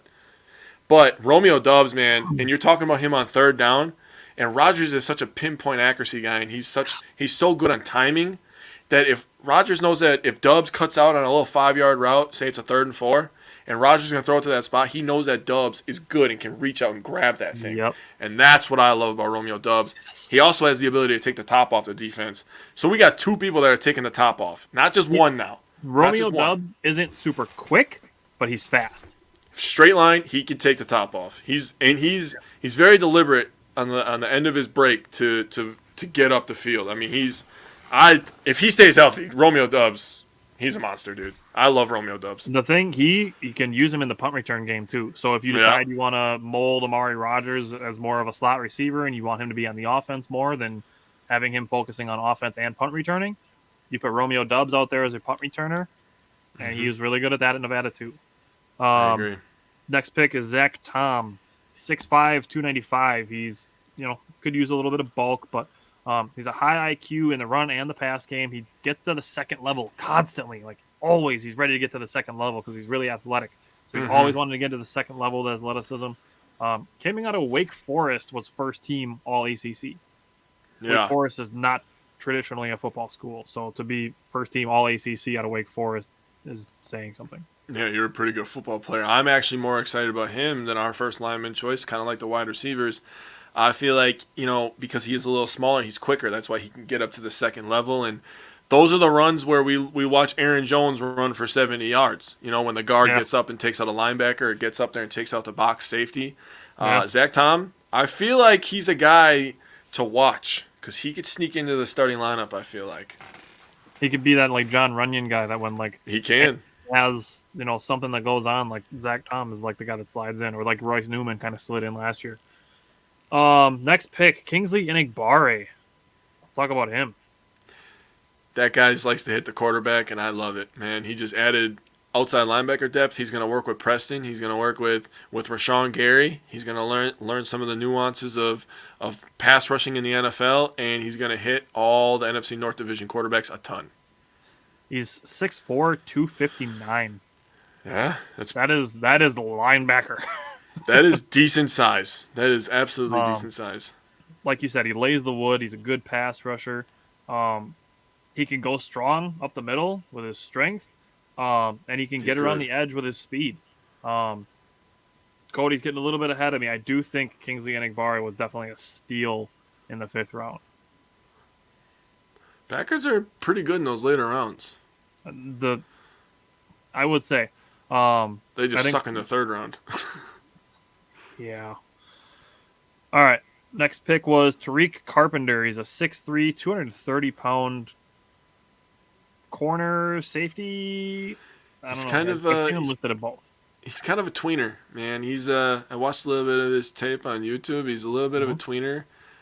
He's that guy, if we want to go into a dime set or even a dollar set, he's the guy that slides down into the box to kind of shade over the tight end, or he can go in and get the running back on a weird 3rd and 6, 3rd and 4. You know, we're not sure if they're going to run the ball. He's that guy. He could turn into a really, really interesting piece for us, I think. I like the idea of Tariq Carpenter, a guy that hits hard, he closes fast, he plays a little better downhill than he does in coverage, I would say. So I do envision him more as a safety than a corner. But I like the thought of Tariq Carpenter out there more than I like the idea of Henry Black or Vernon Scott. Yeah, Vernon Scott doesn't do it for me right now. Who says he doesn't, all of a sudden go crazy, but it is what it is. I thought both of them were gone. Yeah, they are. That's what I'm saying. Who knows if he leaves and goes crazy, but...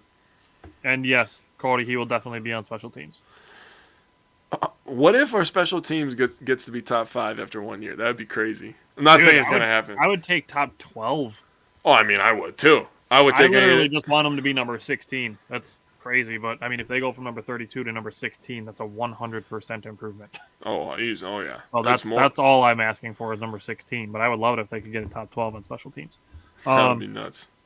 So they traded back from 171 to 179 with Denver. Picked up an extra 4th rounder in the process.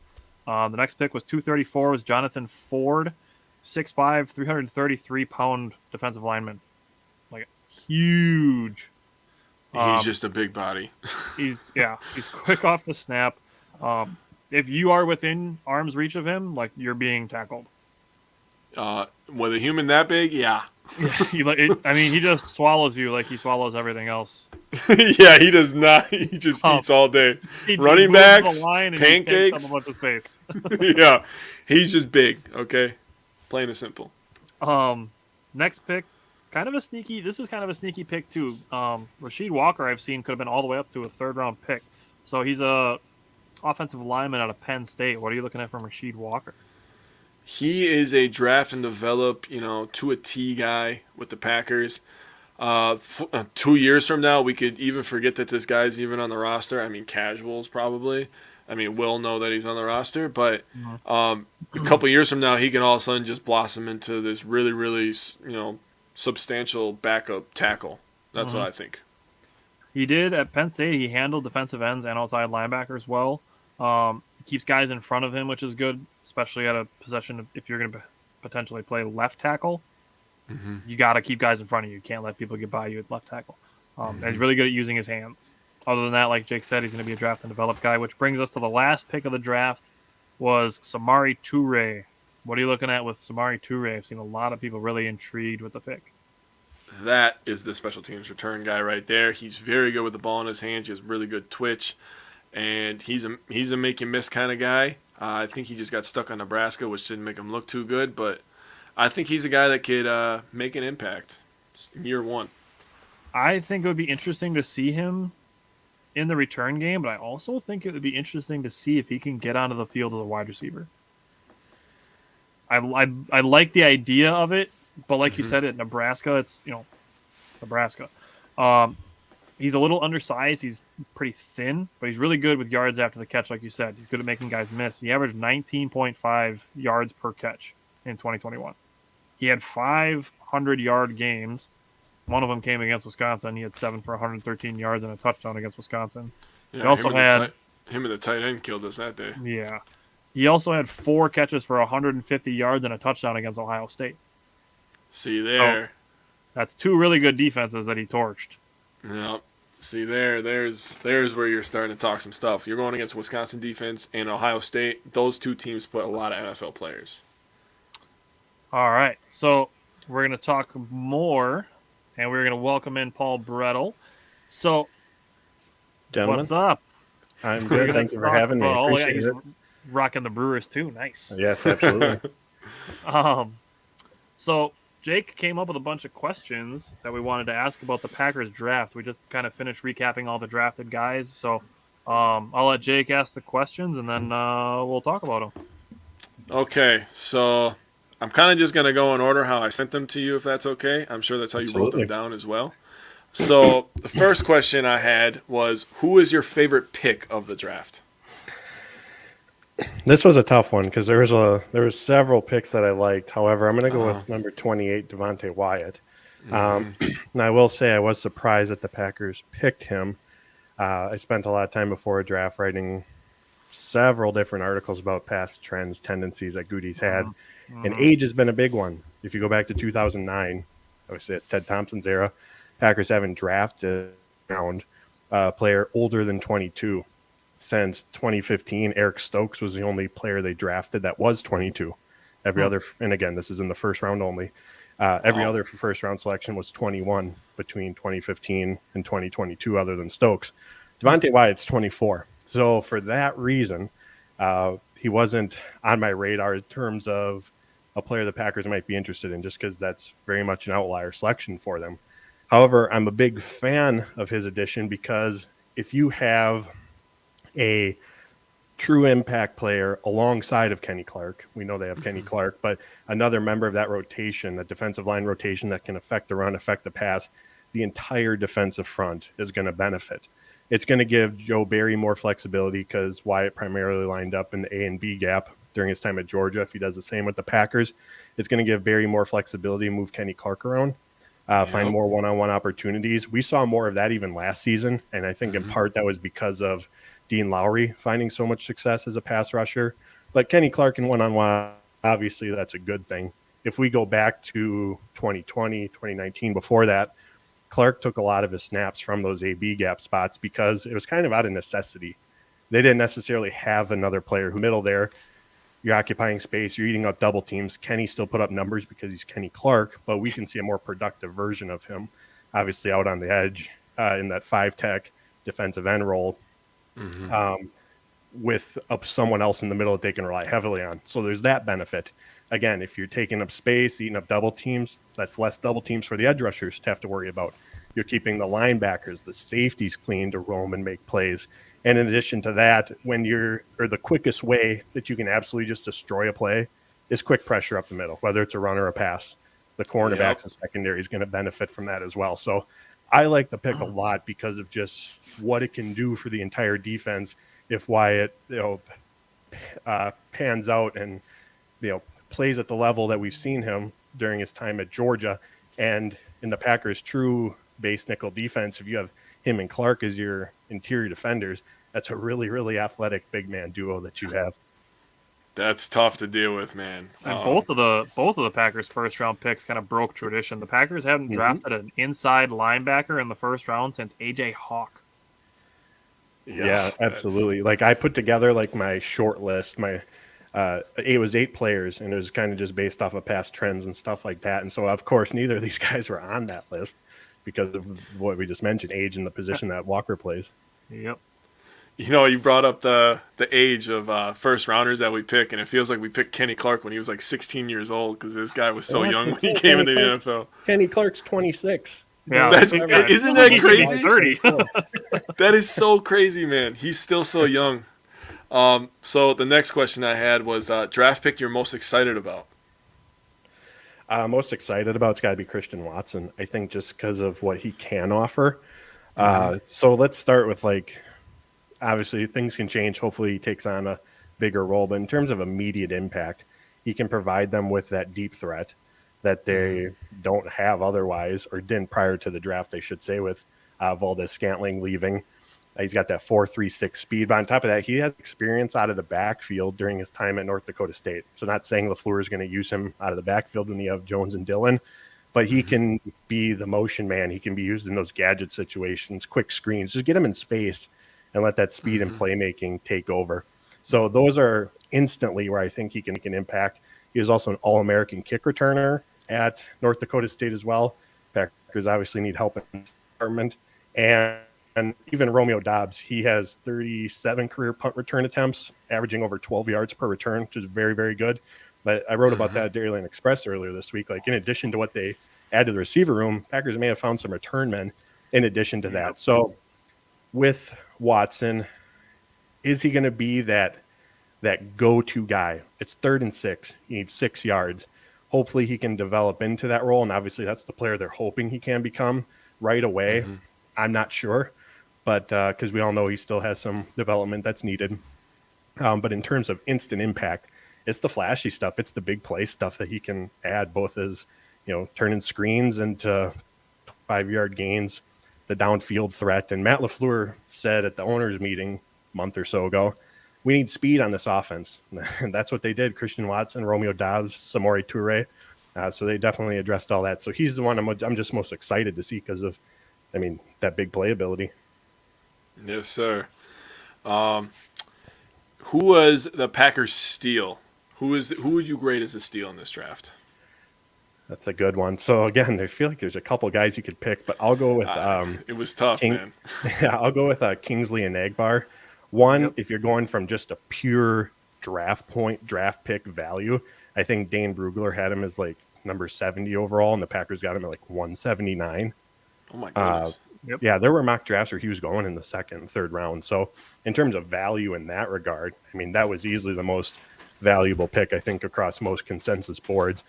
Zach Tom was the other one that I was kind of wrestling around with, but it didn't seem like it would be a big need coming into the season. Edge rusher, you have Preston Smith, you have Rashawn Gary, both were top 10 in the NFL in pressures generated last year, but there was a real lack of impact plays when they weren't on the field. Now, of course, going from those two to pretty much anyone, there's going to be some level of drop off, but they need more consistency. They need more oomph, and not just against rushing the passer, but in run defense as well. And that was really missing. And Whitney Merciless brought that juice in passing situations for those few weeks until he unfortunately got injured.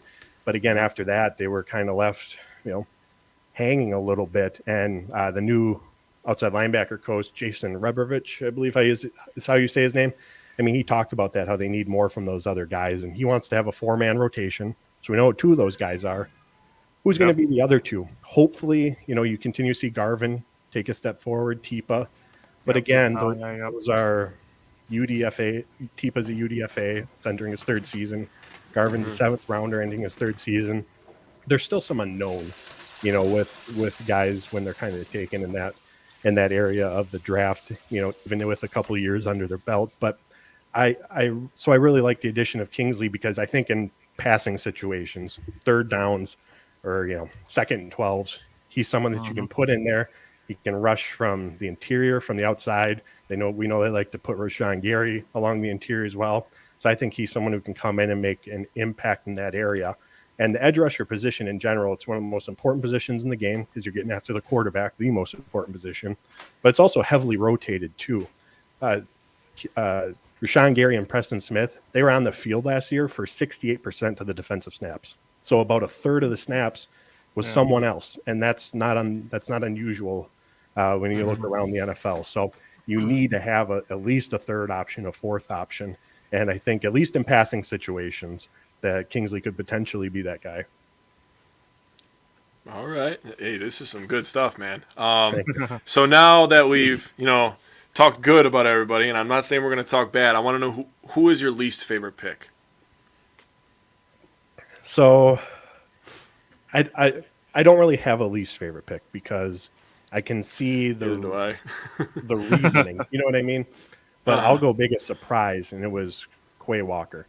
Again, like we talked about, because not only that he's a linebacker and the Packers don't draft it, but they just gave Devondre Campbell 5 years, $50 million. Like if Devondre Campbell had signed elsewhere, and you said the Packers are going to draft a first-round linebacker, I'd be like, well, they need to. Mm-hmm. You know, the narrative would change because we'd be like, well, that's definitely a big hole they have. But they give Devondre the big contract.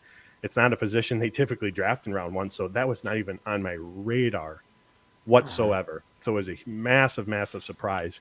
But what I will say in terms of where we can see their reasoning, I mean, if we look at this entire team after receiver, what's the next position that could have used the biggest upgrade? It's probably linebacker 2. You know, that one stands out the most to me. You have your 3 corners, you have your 2 safeties.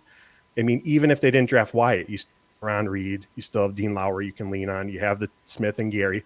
Like, they're pretty, at least in terms of the guys are going to see a bulk of the action. They you know, we know who's going to be there.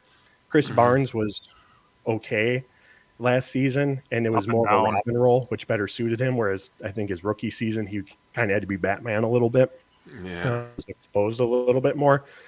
But so in that regard, I understand the selection, even with Devondre Campbell, because he brings, I mean, I think Matt LaFleur called Quay Walker Devondre Campbell clone. Like, he's going to be able to cover running backs and tight ends. I think early on his biggest impact is going to come in the run game. He was a super, super reliable tackler during his time at Georgia.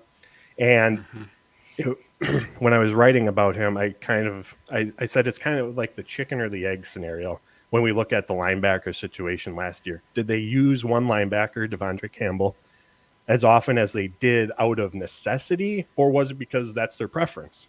Well, based on the selection, it was out of necessity.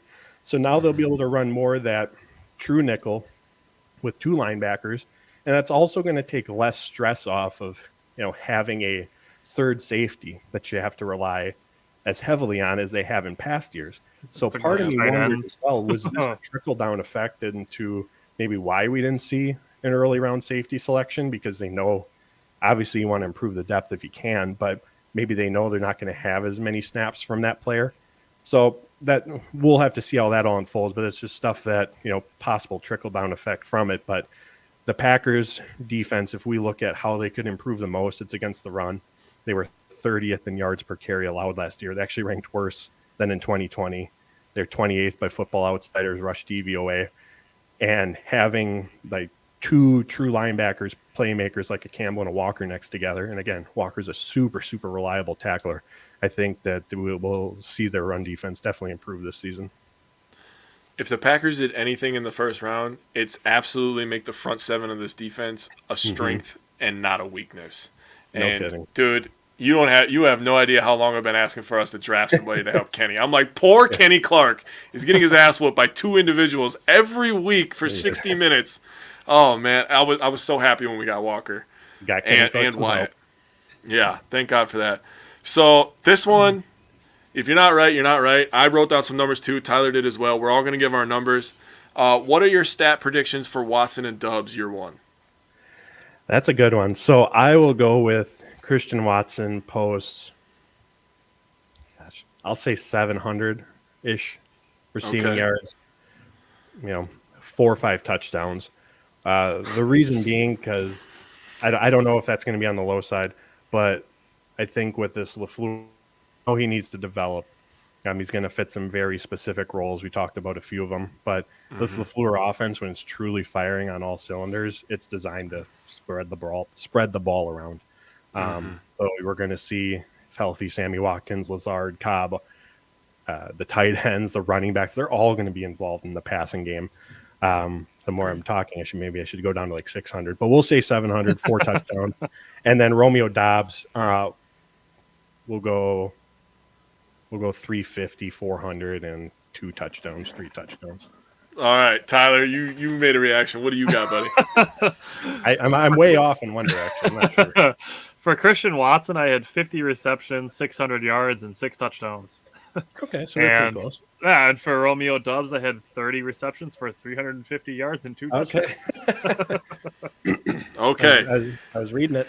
Yeah. So Christian Watson, I put 675 and 5 touchdowns. I have him with a 15-yard per average catch. And then for Dubs, I have 400 yards and 6 touchdowns. I think he could be a guy that could sneak in the end zone a little bit more because they won't have as much attention on him. So he might be the guy that could benefit from that. So we're all in the same ballpark. I didn't want to go crazy, but I also didn't want to be like, he's going to have 100 yards. I would love it if Romeo Dubs finished the season with 6 touchdowns. The Packers are going to be very good if Dubs has 6 touchdowns. All right, so going through the whole draft, how many day one starters do you see? Oof. If you don't mind, I'm going to tweak that a little bit and turn it more into like bigger contributors. Because starter-wise, because we could realistically see receivers, Watkins and Lazard are your boundary, Cobb's your slot, and that's your starters, quote unquote.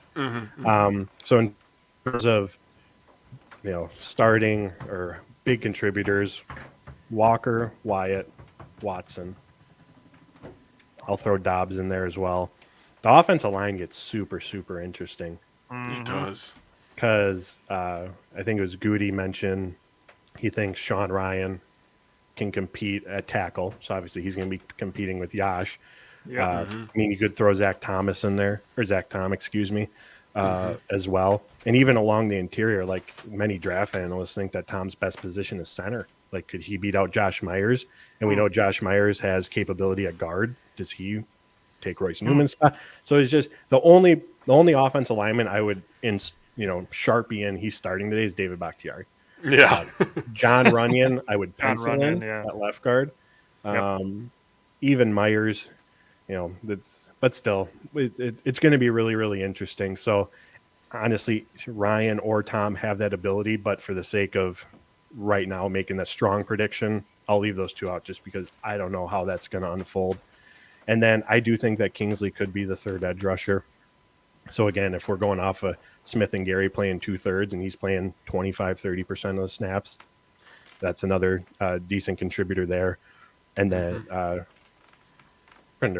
special teams. I mean, that's another area where he could, that's going to be very interesting. Where we could see him. So I'm rambling a bit here as I go through each of the players, but in terms of offense, defense, Wyatt, Walker, Watson, I think are the big three. Dobbs, I think we'll see his share of snaps. So and then Kingsley I mentioned. So that's 5. But I think there's the potential. You could, if you want to include special teams, Carpenter, and then Tom or Ryan at offense line. I mean, that's 8 out of the 11 picks that could end up seeing some at least decent playing time this season, which pretty impressive if that's how it ends up playing out. Because I think it gets lost especially in draft season and free agency. We all focus on what are the holes on this team that have to be filled. But this is a really, really good Packers roster. It's really, really good. I know there's a void at receiver, or at least at this point unknown at receiver. Yep. But you have Aaron Rodgers. You have arguably the best running back duo in football. One's healthy of Tanyan, who was starting to come on a little bit last year. You have one of the best, if not the best, still blocking tight end in football in Mercedes Lewis. I think the offensive line is going to be much improved this season, even if it's the same starters, just based on experience. Because that was, there was a lot of movement last year, a lot of guys taking their first snaps. They had to learn on the fly. And everything considered, they held up well, but they weren't nearly as effective as they were in 2020. And that's understandably so because of all the injuries. A lot of moving parts. Exactly. We didn't see the same number of explosive run plays on the ground in 2021 as we did in 2020. If you look at like yards per carry, Aaron Jones and A.J. Dillon, they were pretty good. I think they're both above like 4.5. But a lot of that was them. Like if you go to Pro Football Focus and look at their yards after contact, there's a lot of them making some play too. And then in the passing game, the offensive line, they needed to be game planned for each week by LaFleur. That had to be into consideration, where a year before it wasn't really as much of a concern, knowing that you have Billy Turner super steady at right tackle, David Bakhtiari at left tackle. So all of that culminated, and by no means is that the only reason it took a dip last year. It's football. There's a million reasons for everything, but that did play a part. So I think they're certainly going to be improved this year as long as they have their health, even if it's just based on experience, just the added experience. Then the defensive side of the ball, we talked about the Smith and Gary, Devondre Campbell's an all-pro. That secondary is loaded. So I go through all that just to say if that, like I said, we mentioned where we talk about all the areas that teams have to improve. This team is still really, really good even before heading into the draft. So again, if 4 or 5 of these guys can become decent, reliable contributors, and maybe there's the upside of 6, 7, that's an impressive draft class that Goody would have brought in. Our buddy Cody asked if we're finally going to see a punter kick return for a touchdown. When it comes to special teams, I'm not willing to make that bet. I hope, but we've all seen this story too many times.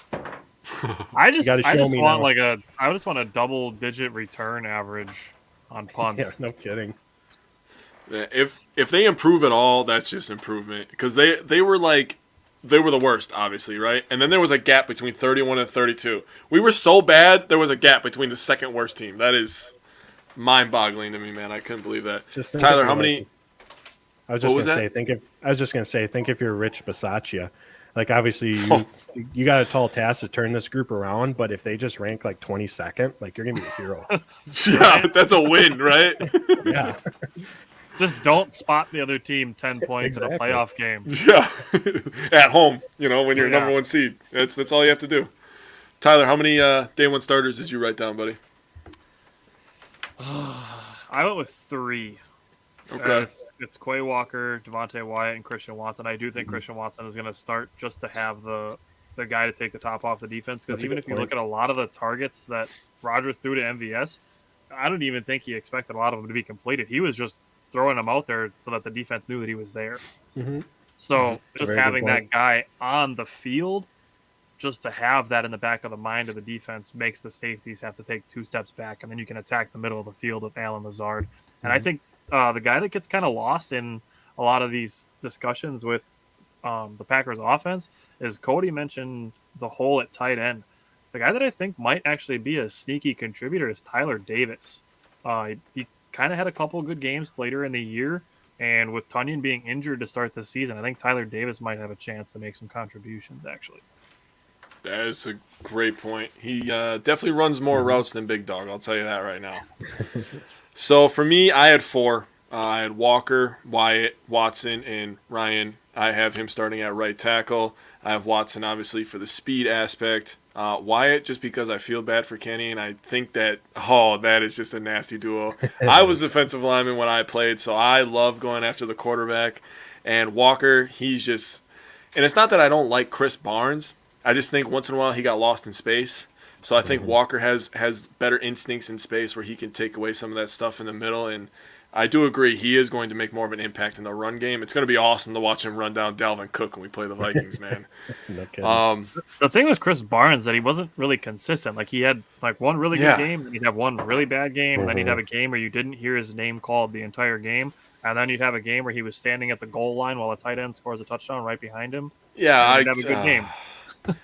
I mean, he's one of those guys, along with like Dominic Daphne, who I could see under a coach like Rich Bisaccia, who become like really core, good members of the special teams unit this year. And there's absolutely nothing wrong with that. That is a necessity to win playoff games, man. You could force turnovers. I mean, Dominic Daphne had one against the Rams where he came and he popped the guy pretty good, and we forced a fumble, and that ended up being a big momentum-changing play in that game. The team that won the Super Bowl, and I think that if we would have faced them, we would have beat them. But especially at whatever. Yeah, we're not going to find out now. Yeah, did you see, by the way, that the Rams were saying that they don't want to face the Rams at Lambeau? Or the Rams are saying they don't want to face the Packers. They were like, we don't want to go to Lambeau again. They were trying to say that they wanted to play our game in London. To go to London or something like that. Yeah, I was like, how soft are you? You just won the Super Bowl, man. Come on. That's soft, man. Do you think this was Goot's best draft? Oof. In terms of what the fan base wanted, absolutely. Are you sure they didn't draft wide receiver in the first round? I saw so many people. Let's not start that conversation. What the fans want. Well, I'm gonna go on a tangent about that. I'm ready. I don't think that the opportunity was necessarily there because did they have the draft capital to move up to 10 or 11? Of course. but it takes two to tango, as they say. Washington traded out of 11, went to 16. They took a receiver. Would they have been willing to go to 22 knowing they want a receiver? I'm going to guess no. Minnesota, I know we traded with them in round 2, but were they willing at that point in the draft for Green Bay to go up and get their guy at the receiver position, like a Jamison Williams? That argument maybe gets a little weaker because we traded with them later. They also traded with Detroit, but I'll add, trading with the Lions is different than trading with the Packers, the team that you're chasing. Yeah. So I raised that question. And again, who knows? Maybe Goody never even picked up the phone. I don't know. But I could see that those two teams being, in the way and maybe not willing to deal, or at least not willing to deal down to pick 22. So then by that point, Jamison Williams gone, the top 4 receivers are off the board. And I don't know that Jahan Dotson or Treylon Burks were guys that you trade up for at that point. So that's, again, just pure speculation on my part, but that's something that I could have seen playing out. And then when it comes to like A.J. Brown and that whole trade, again, did the Packers have the draft capital to do it? 100%. But did they have the ability to give him 4 years, $104 million, whatever it was? No. For an article I'd written, I looked this up. 5 or 6 players in 2023 account for $117 million in cap charges. Now, there's things they can do. They can, extend, they can restructure, they'll free up additional money from those guys. But I mean, even if the cap jumps from 208 to 220, that's only $100 million left to work with for the remaining 48 guys on the roster. And they still haven't paid Jair, they still haven't paid Rashawn Gary, and they still haven't paid Elton Jenkins. I just never thought it was feasible from that standpoint that they were going to be able to, bring in A.J. Brown, Debo, DK, Terry McLaurin, who are on rookie deals this year, and could they make that work this year? Yeah. But in the future, I just, for that reason, I just didn't see it playing out. So, end rant. To answer the question, obviously it's very early to tell, but I'm going to go with no at this time because of the 2019 draft where they got Gary, Darnell Savage, same draft, and Elton Jenkins. Same draft. Yes. And I'm trying to think. Jay Sternberger was in there, Kingsley Kiki. So I don't think there's anyone else from that draft that panned out, unless I'm forgetting a later round pick. But, man, those are heavy hitters to land. I mean, you have the most versatile offensive lineman in football. You have one of the most productive edge rushers in football. So right there, 2 of the most important positions in the game. And, Darnell Savage has his ups and downs, but they just gave him the 5th-year option. So he's going to be back in 2023, maybe. And when it comes to the safety position, it's asked to do so much in that Joe Barry defense, from having to protect against a big play to be active against the run. And I could see a younger player like Darnell Savage taking, that learning curve being a little steeper for him than like Adrian Amos, who has more experience. And also he's just like Adrian Amos puts the word safe in safety. He's just Mr. Reliable out there. And so I could see there being maybe a learning curve last year for Savage, and potentially in year 2 of the defense takes a jump. So I guess right now I'd put the 2019 draft just because of those 3 players. Yep, Kadar Holman, Dexter Williams, and Ty Summers rounded out that draft. Okay. So definitely just focus on the first 3 picks. Yeah. Yeah, but they were all home runs, man. That's what I picked 19 draft as well, just because of the first 3 picks. I mean, Jenkins can literally play all 5 positions on the offensive line. That is ridiculous. He'd be like a legitimate Pro Bowl candidate at each, too. He is. Right? That is insane. And then Rashawn Gary, who everybody said we overdrafted, or, he was a reach. He's turned into one of the best edge rushers. He's still super young. He made the transition from Zadarius Smith to him basically non-existent. And then, like you said, I love Darnell. I believe he's a guy that has range, and he hits when he wants to hit. If he could put it all together, he could turn into one of the better safeties in the league, in my opinion. I think he has that ability, but it remains to be seen. I hope that he does do a jump like you're saying, but, yeah, those first 3 picks, man.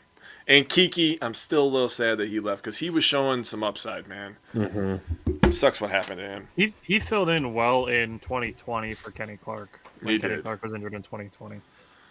For me, to answer this question, I said on paper, yes, it's his best draft, but that is very, very, very contingent on Christian Watson and Romeo Doubs. Yeah. I love the Wyatt and Walker picks, and like I said, they haven't spent the draft capital on an inside linebacker since AJ Hawk.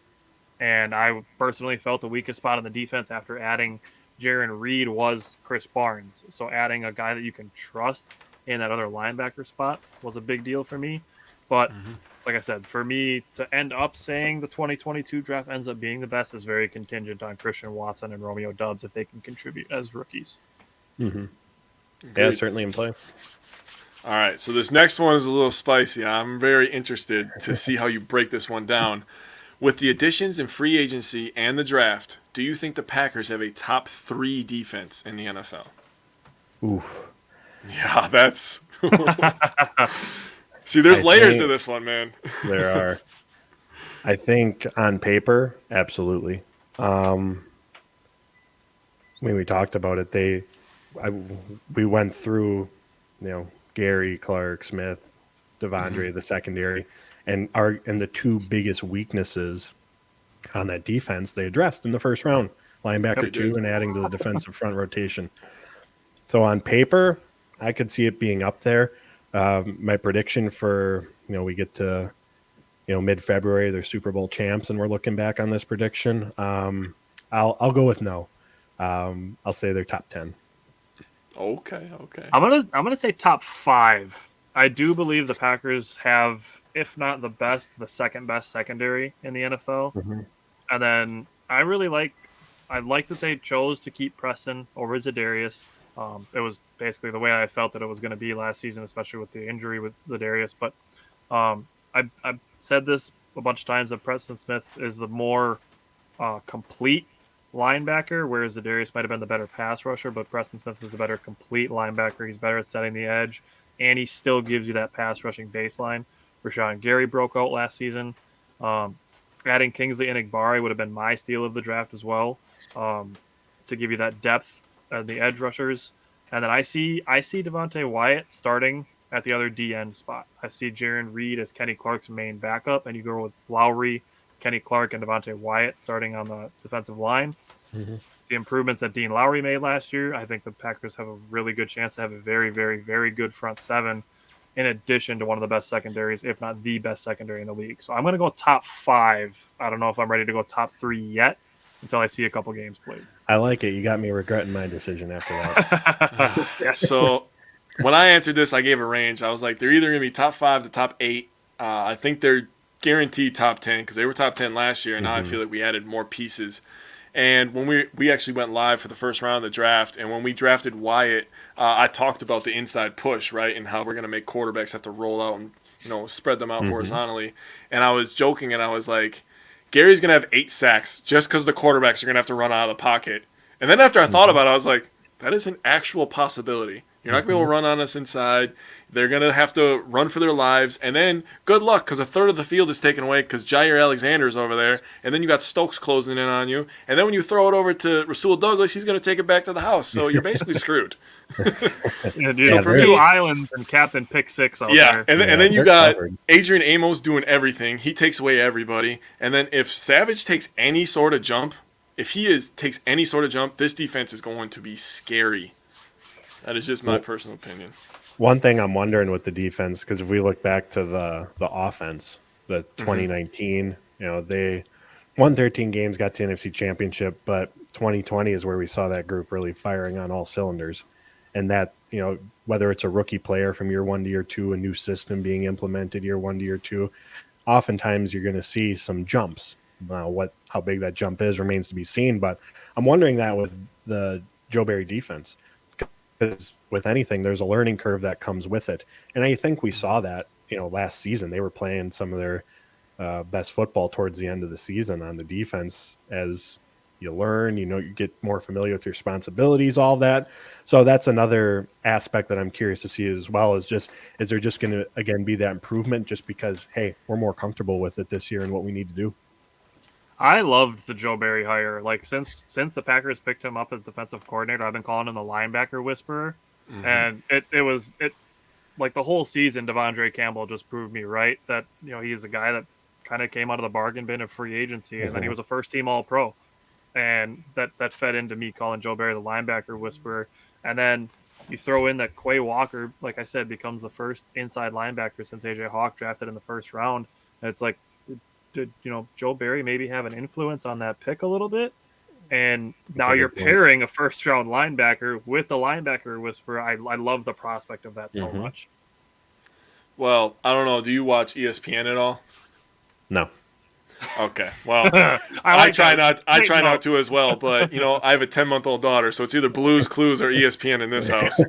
So I ended up watching RG3 talk on Get Up today, and he was talking about the Packers, their losses in the NFC Championship game, and I feel like he was spot on with what he said. He talked about, if you look at the teams that they lost to in the playoffs, it was all defenses that were physical, fast, and they had great front sevens, and that's exactly what the Packers just did, man. And I am so excited because me and Tyler, we talk all the time. We talk Wisconsin Badgers football. We're like, I watch the Badgers because I like watching their defense just absolutely destroy everybody. And now we might get to see that with the Packers. That's no kidding. That is exciting. So my final question I had is the wide receiver room good enough for the Packers to compete and win in the playoffs? It is, but not in the fashion that we've seen in the past. Yep. They're going look at where they've invested, free agency spending, early round draft capital. They're going to lean much more heavily on the defense than they have in years past. We need to see more of, the truer version, I guess I should say, of LaFleur's offense, where it is, spreading the ball around more. But at the end of the day, you're going to rely a lot on what Matt LaFleur does as a play caller to, get those guys in space, help with that. And also your MVP quarterback as well. He's a back-to-back MVP. He's a 4-time MVP. He's got you just got a massive extension. It's not the perfect wide receiver room by any means, but Aaron Rodgers being Aaron Rodgers plus LaFleur's, quarterback-friendly, wide receiver-friendly system should be able to overcome that. And this room, it's obviously missing Devontae Adams. It's not going to be as strong as it has been in the past by any means, but you were able to elevate other areas of this team. If special teams, like we joked about, can go from being ranked 32nd to 23rd, just be neutral. You don't have to return one, just don't give one up either. You're not expecting special teams to go win a game for you. It's just don't go lose the game. Exactly. And if the defense can be, number 5, number 6 in the NFL, plus having an MVP quarterback, plus having one of the best running back duos, again, Matt LaFleur's system that can help get receivers open, I do think that they have enough at the position, along with the running backs and the tight ends. With the the receiver room as a whole, again, it's not flashy, but you have Watkins, you have Lazard, you have Cobb, you have Watson, Dobbs, more unknowns, but you have guys to work with. The thing that I keep coming back to with this is you have 3 to 5 guys that can give you 5 to 7 targets a game, as opposed to having one guy that's going to get 10 to 12 targets a game. And you hope that keeps the defense guessing a little bit too, if they're lining up going. Especially if you're moving those guys all over the place. Yeah. And the people forget about Amari Rodgers, I feel like, when we're talking young wide receivers. You talked about a learning curve. Maybe Amari just wasn't understanding the playbook, and going into his second full season, maybe he grasps that concept, and him and Cobb and Rodgers inside are just unstoppable. They control the middle of the field underneath. You got, Tanyan stretching the field up the middle from the tight end position. Then we added speed. So I absolutely think it's good enough. We're obviously going to be relying on young guys a lot more. And if we can get anything and he could stay healthy out of Sammy Watkins, I think that could be a steal for how cheap he is. Sammy Watkins could really, we could look back, we're in week 14, Packers are number 1 seed, blah, blah, blah, defense is going crazy. And people are like, wow, Sammy Watkins looks great in green and gold. That could absolutely happen with Aaron Rodgers throwing him the ball. Yeah, absolutely. I mean, he played a big part in that Kansas City Super Bowl just 2 years ago. If he's healthy and available, I think he can, he'll be able to make some impact plays along the way. Can I throw you one more question? Which of the 16, I think they're up to 17 undrafted free agents, which one do you think has the best chance of making the team? That's a good question. I would look at maybe I have two answers. Me, Tyler Goodson, the running back. Reason I say that because I think he's a very good fit for what LaFleur wants to do with the running backs in the passing game as a ball carrier. And I don't know when Kylan Hill's going to be ready. So that third running back spot, I'm a huge Patrick Taylor fan. Yep. Same. I just talked about good fit for this offense. I think he is a very, very good fit for it. So I'm not predicting Goodson over Taylor, but you never know. And Goodson's his like RAS score and his testing actually lined up pretty similar to that of Aaron Jones in that regard anyways. The other name I'll throw out that's interesting is Ellis Brooks, linebacker from Penn State. Reason I say that is, if we just talked about, they have Quay Walker, they have Devondre Campbell. His impact's going to have to come on special teams. And I think Chris Barnes can be that as well. But if they keep four, linebackers, if it's between McDuffie, Summers, Brooks, those other two guys aren't set in stone in making the roster. So if he can come in and impress on special teams, like most undrafted rookies, that's going to have to be their avenue. I see, maybe there being an opening. Really, when looking at where an undrafted rookie can potentially come in, honestly, more so than the player, at least initially, because obviously they have to perform over the summer. I just look, what are the positions where there's even that potential? And on this Packers team, we've talked about it, it's just so many of the roster spots already accounted for. It's going to be difficult for any of them.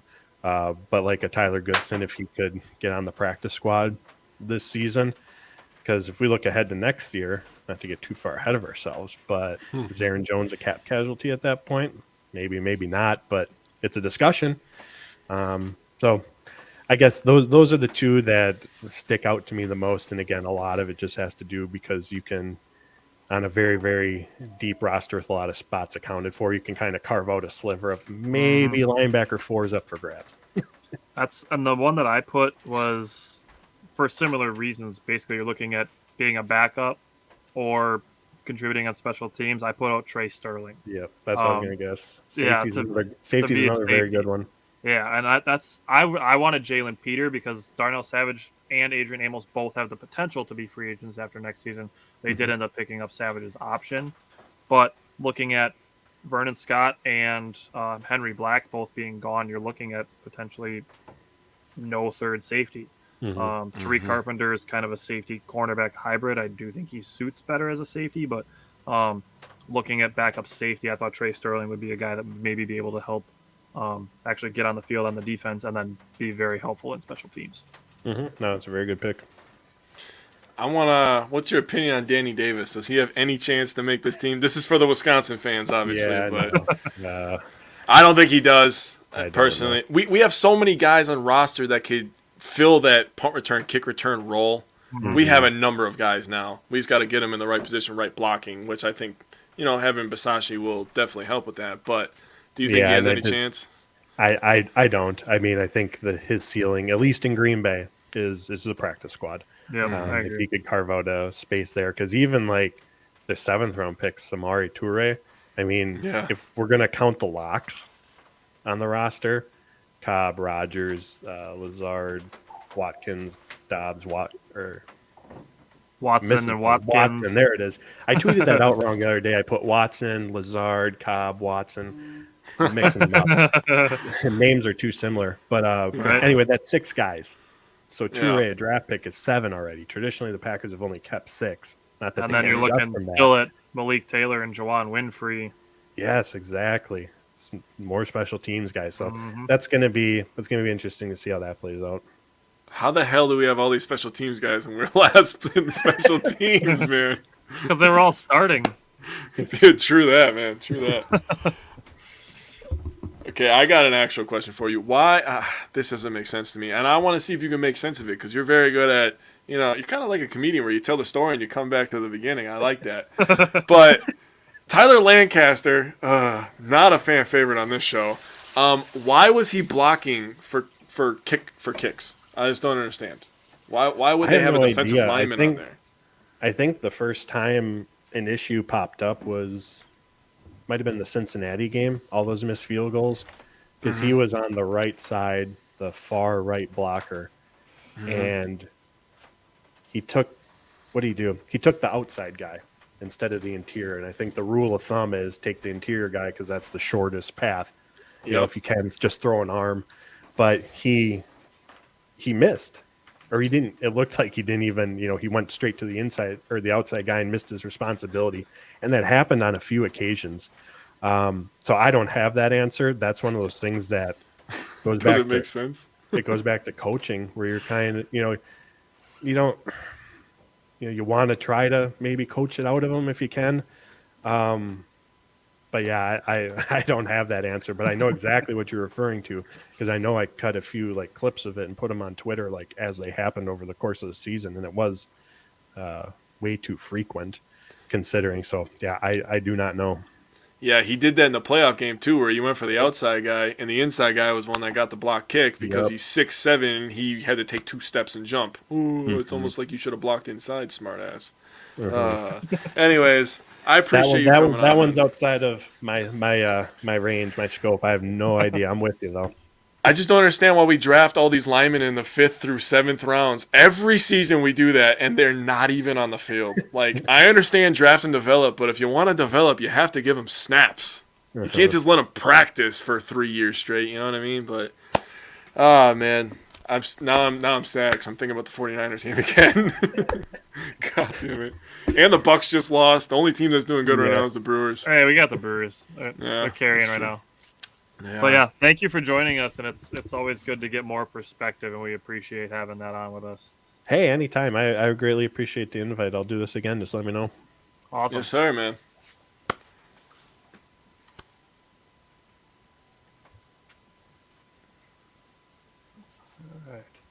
All right.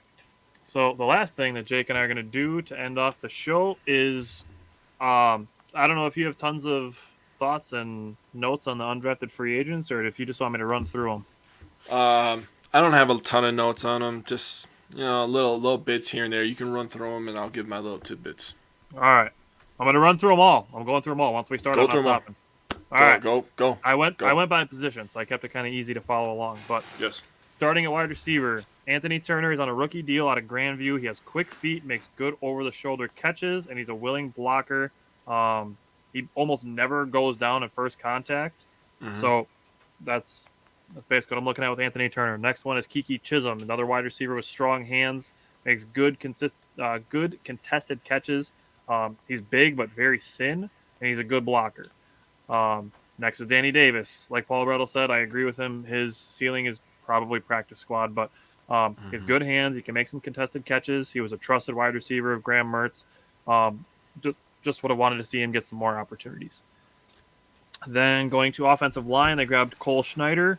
He's a good IQ for pulling and getting to the second level. He's 6'4", 315, and he's durable. He's a potential depth guy. Caleb Jones, he is why we wanted to draft Daniel Fa'alele. Caleb Jones is 6'9", 370. Big boy. Huge. Big boy. Made 12 starts at right tackle for Indiana last year. He would be a developing guy, but he's got the size to play offensive line. He is massive. Okay.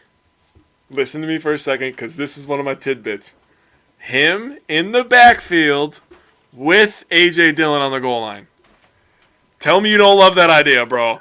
Just put all the beef up there, baby, and let's just go power one in. He is huge. Just tell him, hey, run forward and hit somebody. Hit somebody with the other uniform. Literally just put your head down and run forward. I mean, in those situations, dude, I always feel bad for the center and the guard because they're going to get laid on by 2 giant people, but it's fuck it, man. We need a touchdown. Next, George Moore. He's another big guy, not quite as big. He's 6'6", 305. He's a good run blocker. He finishes plays. He does need some work on some fundamentals, working on his leverage. Another offensive lineman, Jahir Johnson, 6'4", 284. Got good size and length. He's physical. Has a high IQ in the pass game. He just needs some work physically and some of his technique. Then you get to running backs. They grabbed B.J. Baylor. He averaged 5.6 yards a carry. Led the Pac-12 in rushing yards with 1,337 and 13 touchdowns. He explodes through the line. He had 150 carries. He ranked among players with 150 carries. This is in all of college football. Mm-hmm. He ranked third in third in yard after contact, and 12th in elusiveness. Oh, so, there you go. So B.J. Baylor could be a sneaky guy to stay on the practice squad and potentially get a call up later on. And then, like Paul Bretl, we talked about Tyler Goodson. Had a 4.4 240. Was clocked at 22.1 miles an hour in week 1 of last year. Moving. So he can fly. Moving. He's a dual threat. He's a willing blocker. He's got good footwork. He just needs to build some muscle. Kind of reminds me, like Paul Bretl said, it reminds me of Aaron Jones a little bit. Aaron Jones is ripped now, dude. He's put together. Then you flip over to the defensive side of the ball. Looking at Akil Byers.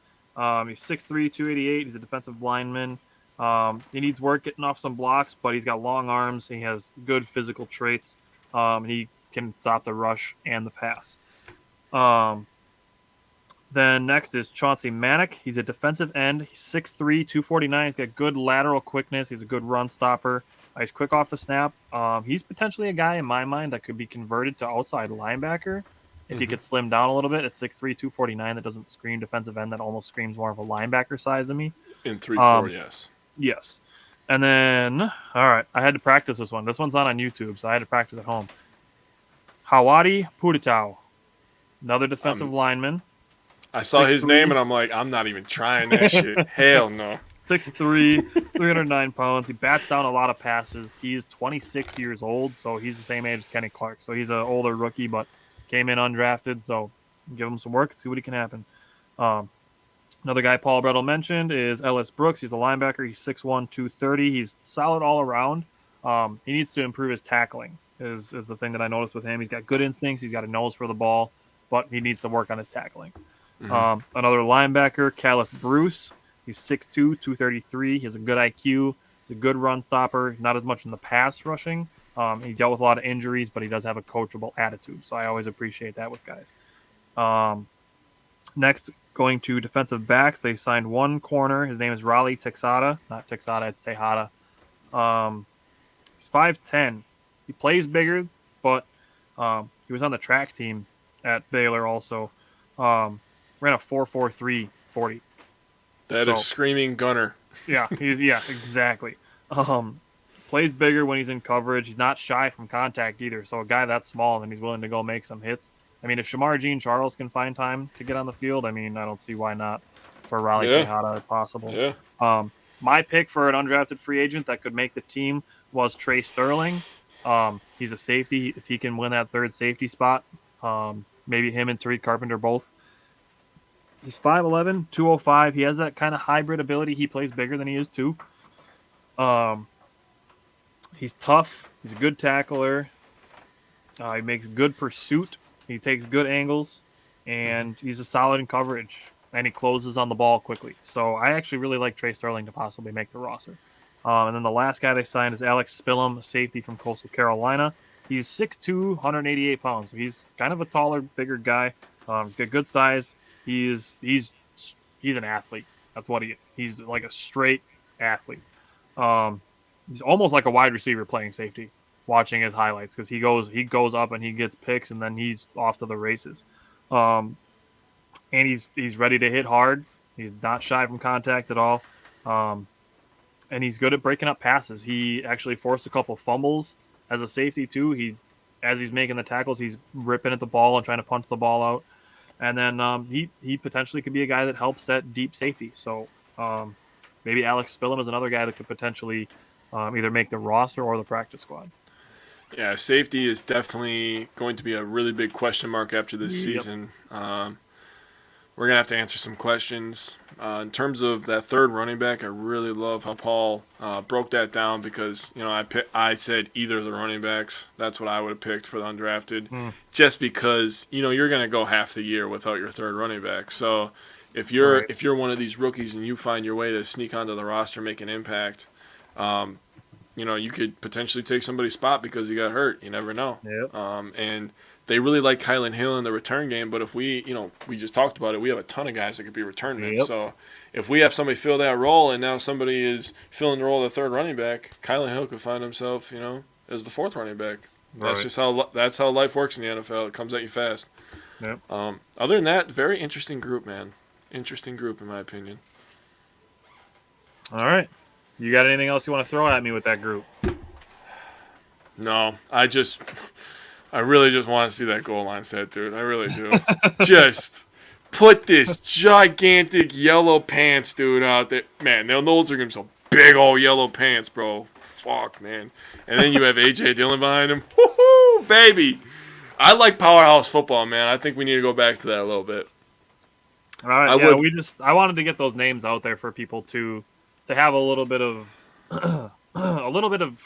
knowing what these guys potentially bring to the table. Mm-hmm. Undrafted free agents do make teams; they do make impacts. So I just want to be able to give a little bit of tidbits of what to potentially expect from these guys should they find their way onto a roster next year, this year, 2 years from now, whenever. Yeah, we'll have to work on getting dates. We'll have to make dates for rookie camp and mini camp and all that stuff. We'll have to make a graphic for that. I'm gonna write that down so we can get that out there. I want us to be the first one to have it out, man. So I'm gonna look that up as soon as I get off here. We did have the London game announced this morning, so that'll be October 9th. Oh, what do you think about that, man? You think the Giants was the right pick? Honestly, it didn't really affect me. It's a Packer game. I'm gonna be watching it no matter what. I'm gonna have to get up really, really early for work for that one. Yikes! Yeah, that's a 8:30 a.m. local time. But the best part is I'll be able to take a nap real early too, right? Because they're gonna be done. It'll be weird. Like the Packer game will end, and normally it's like the mid-afternoon or early evening, and it'll be noon. Like what? We'll know what people out west feel like though, because right? those games start at 10 a.m. normally for them. 10 so o'clock. Yeah, I remember being in Vegas and I was there for a Packer game once, and I was like, "This isn't right, bro. I haven't even ate breakfast yet. Watching the game, it's not right." But yeah, we'll work on that. We got a really exciting week coming up here in Wisconsin sports. Hopefully, the Bucks can take 2 at home and the Brewers can stay hot. Oh, I'm gonna throw it out there. I'm gonna throw it out there right now. 2 weeks from this Friday, our next bonus episode, we are doing Packers trivia / drinking game. It's gonna be interesting. We're welcoming a bunch of people into this. Yeah. And we're going to have a list of drinking words, and we're going to be doing Packers trivia at the same time. So that's going to be a very interesting bonus episode to see how that one goes. Dude, you know what's going to be the toughest thing for you? Because you're going to be the host. You're going to be the center man. At the end of it, you're going to have to keep all of our drunk asses under control. And you're not physically with us. Off my show. We're going to run this similar to how Around the Horn used to be run. And I will be Tony Reale. And I will kick you off my show. I have the ability to hit that button that gives you the buzzer and kicks you out. So after every round, we will eliminate players. And if you're eliminated, I'll let you stay on the screen, but you start causing trouble, you're out. Yeah, you hear that? Tyler runs a tight ship. Yeah. He's gonna be the drunkest because I'm giving my drink. So Tyler's gonna be the most drunk. Who is the player in 19? The rules are if the player that has the highest score at the end of the round gets to hand out drinks. Yeah, and you said you're going to get last, so. Yeah, that's going to be interesting. It's going to be interesting, man. Oh, man. I am. It will be. She said, okay, Dad. Whatever. I run a tight ship. I don't care. Oh, I'm excited. That's going to be a lot of fun. That will be fun. Let's invite all of it. I want a ton of people in here for that one. Friday night, that's going to be litty, dude. We're going to have a great time. Friday night, Packers trivia / drinking game. That'll be... If that doesn't scream Wisconsin, I don't know what does, dude. Seriously. No shit.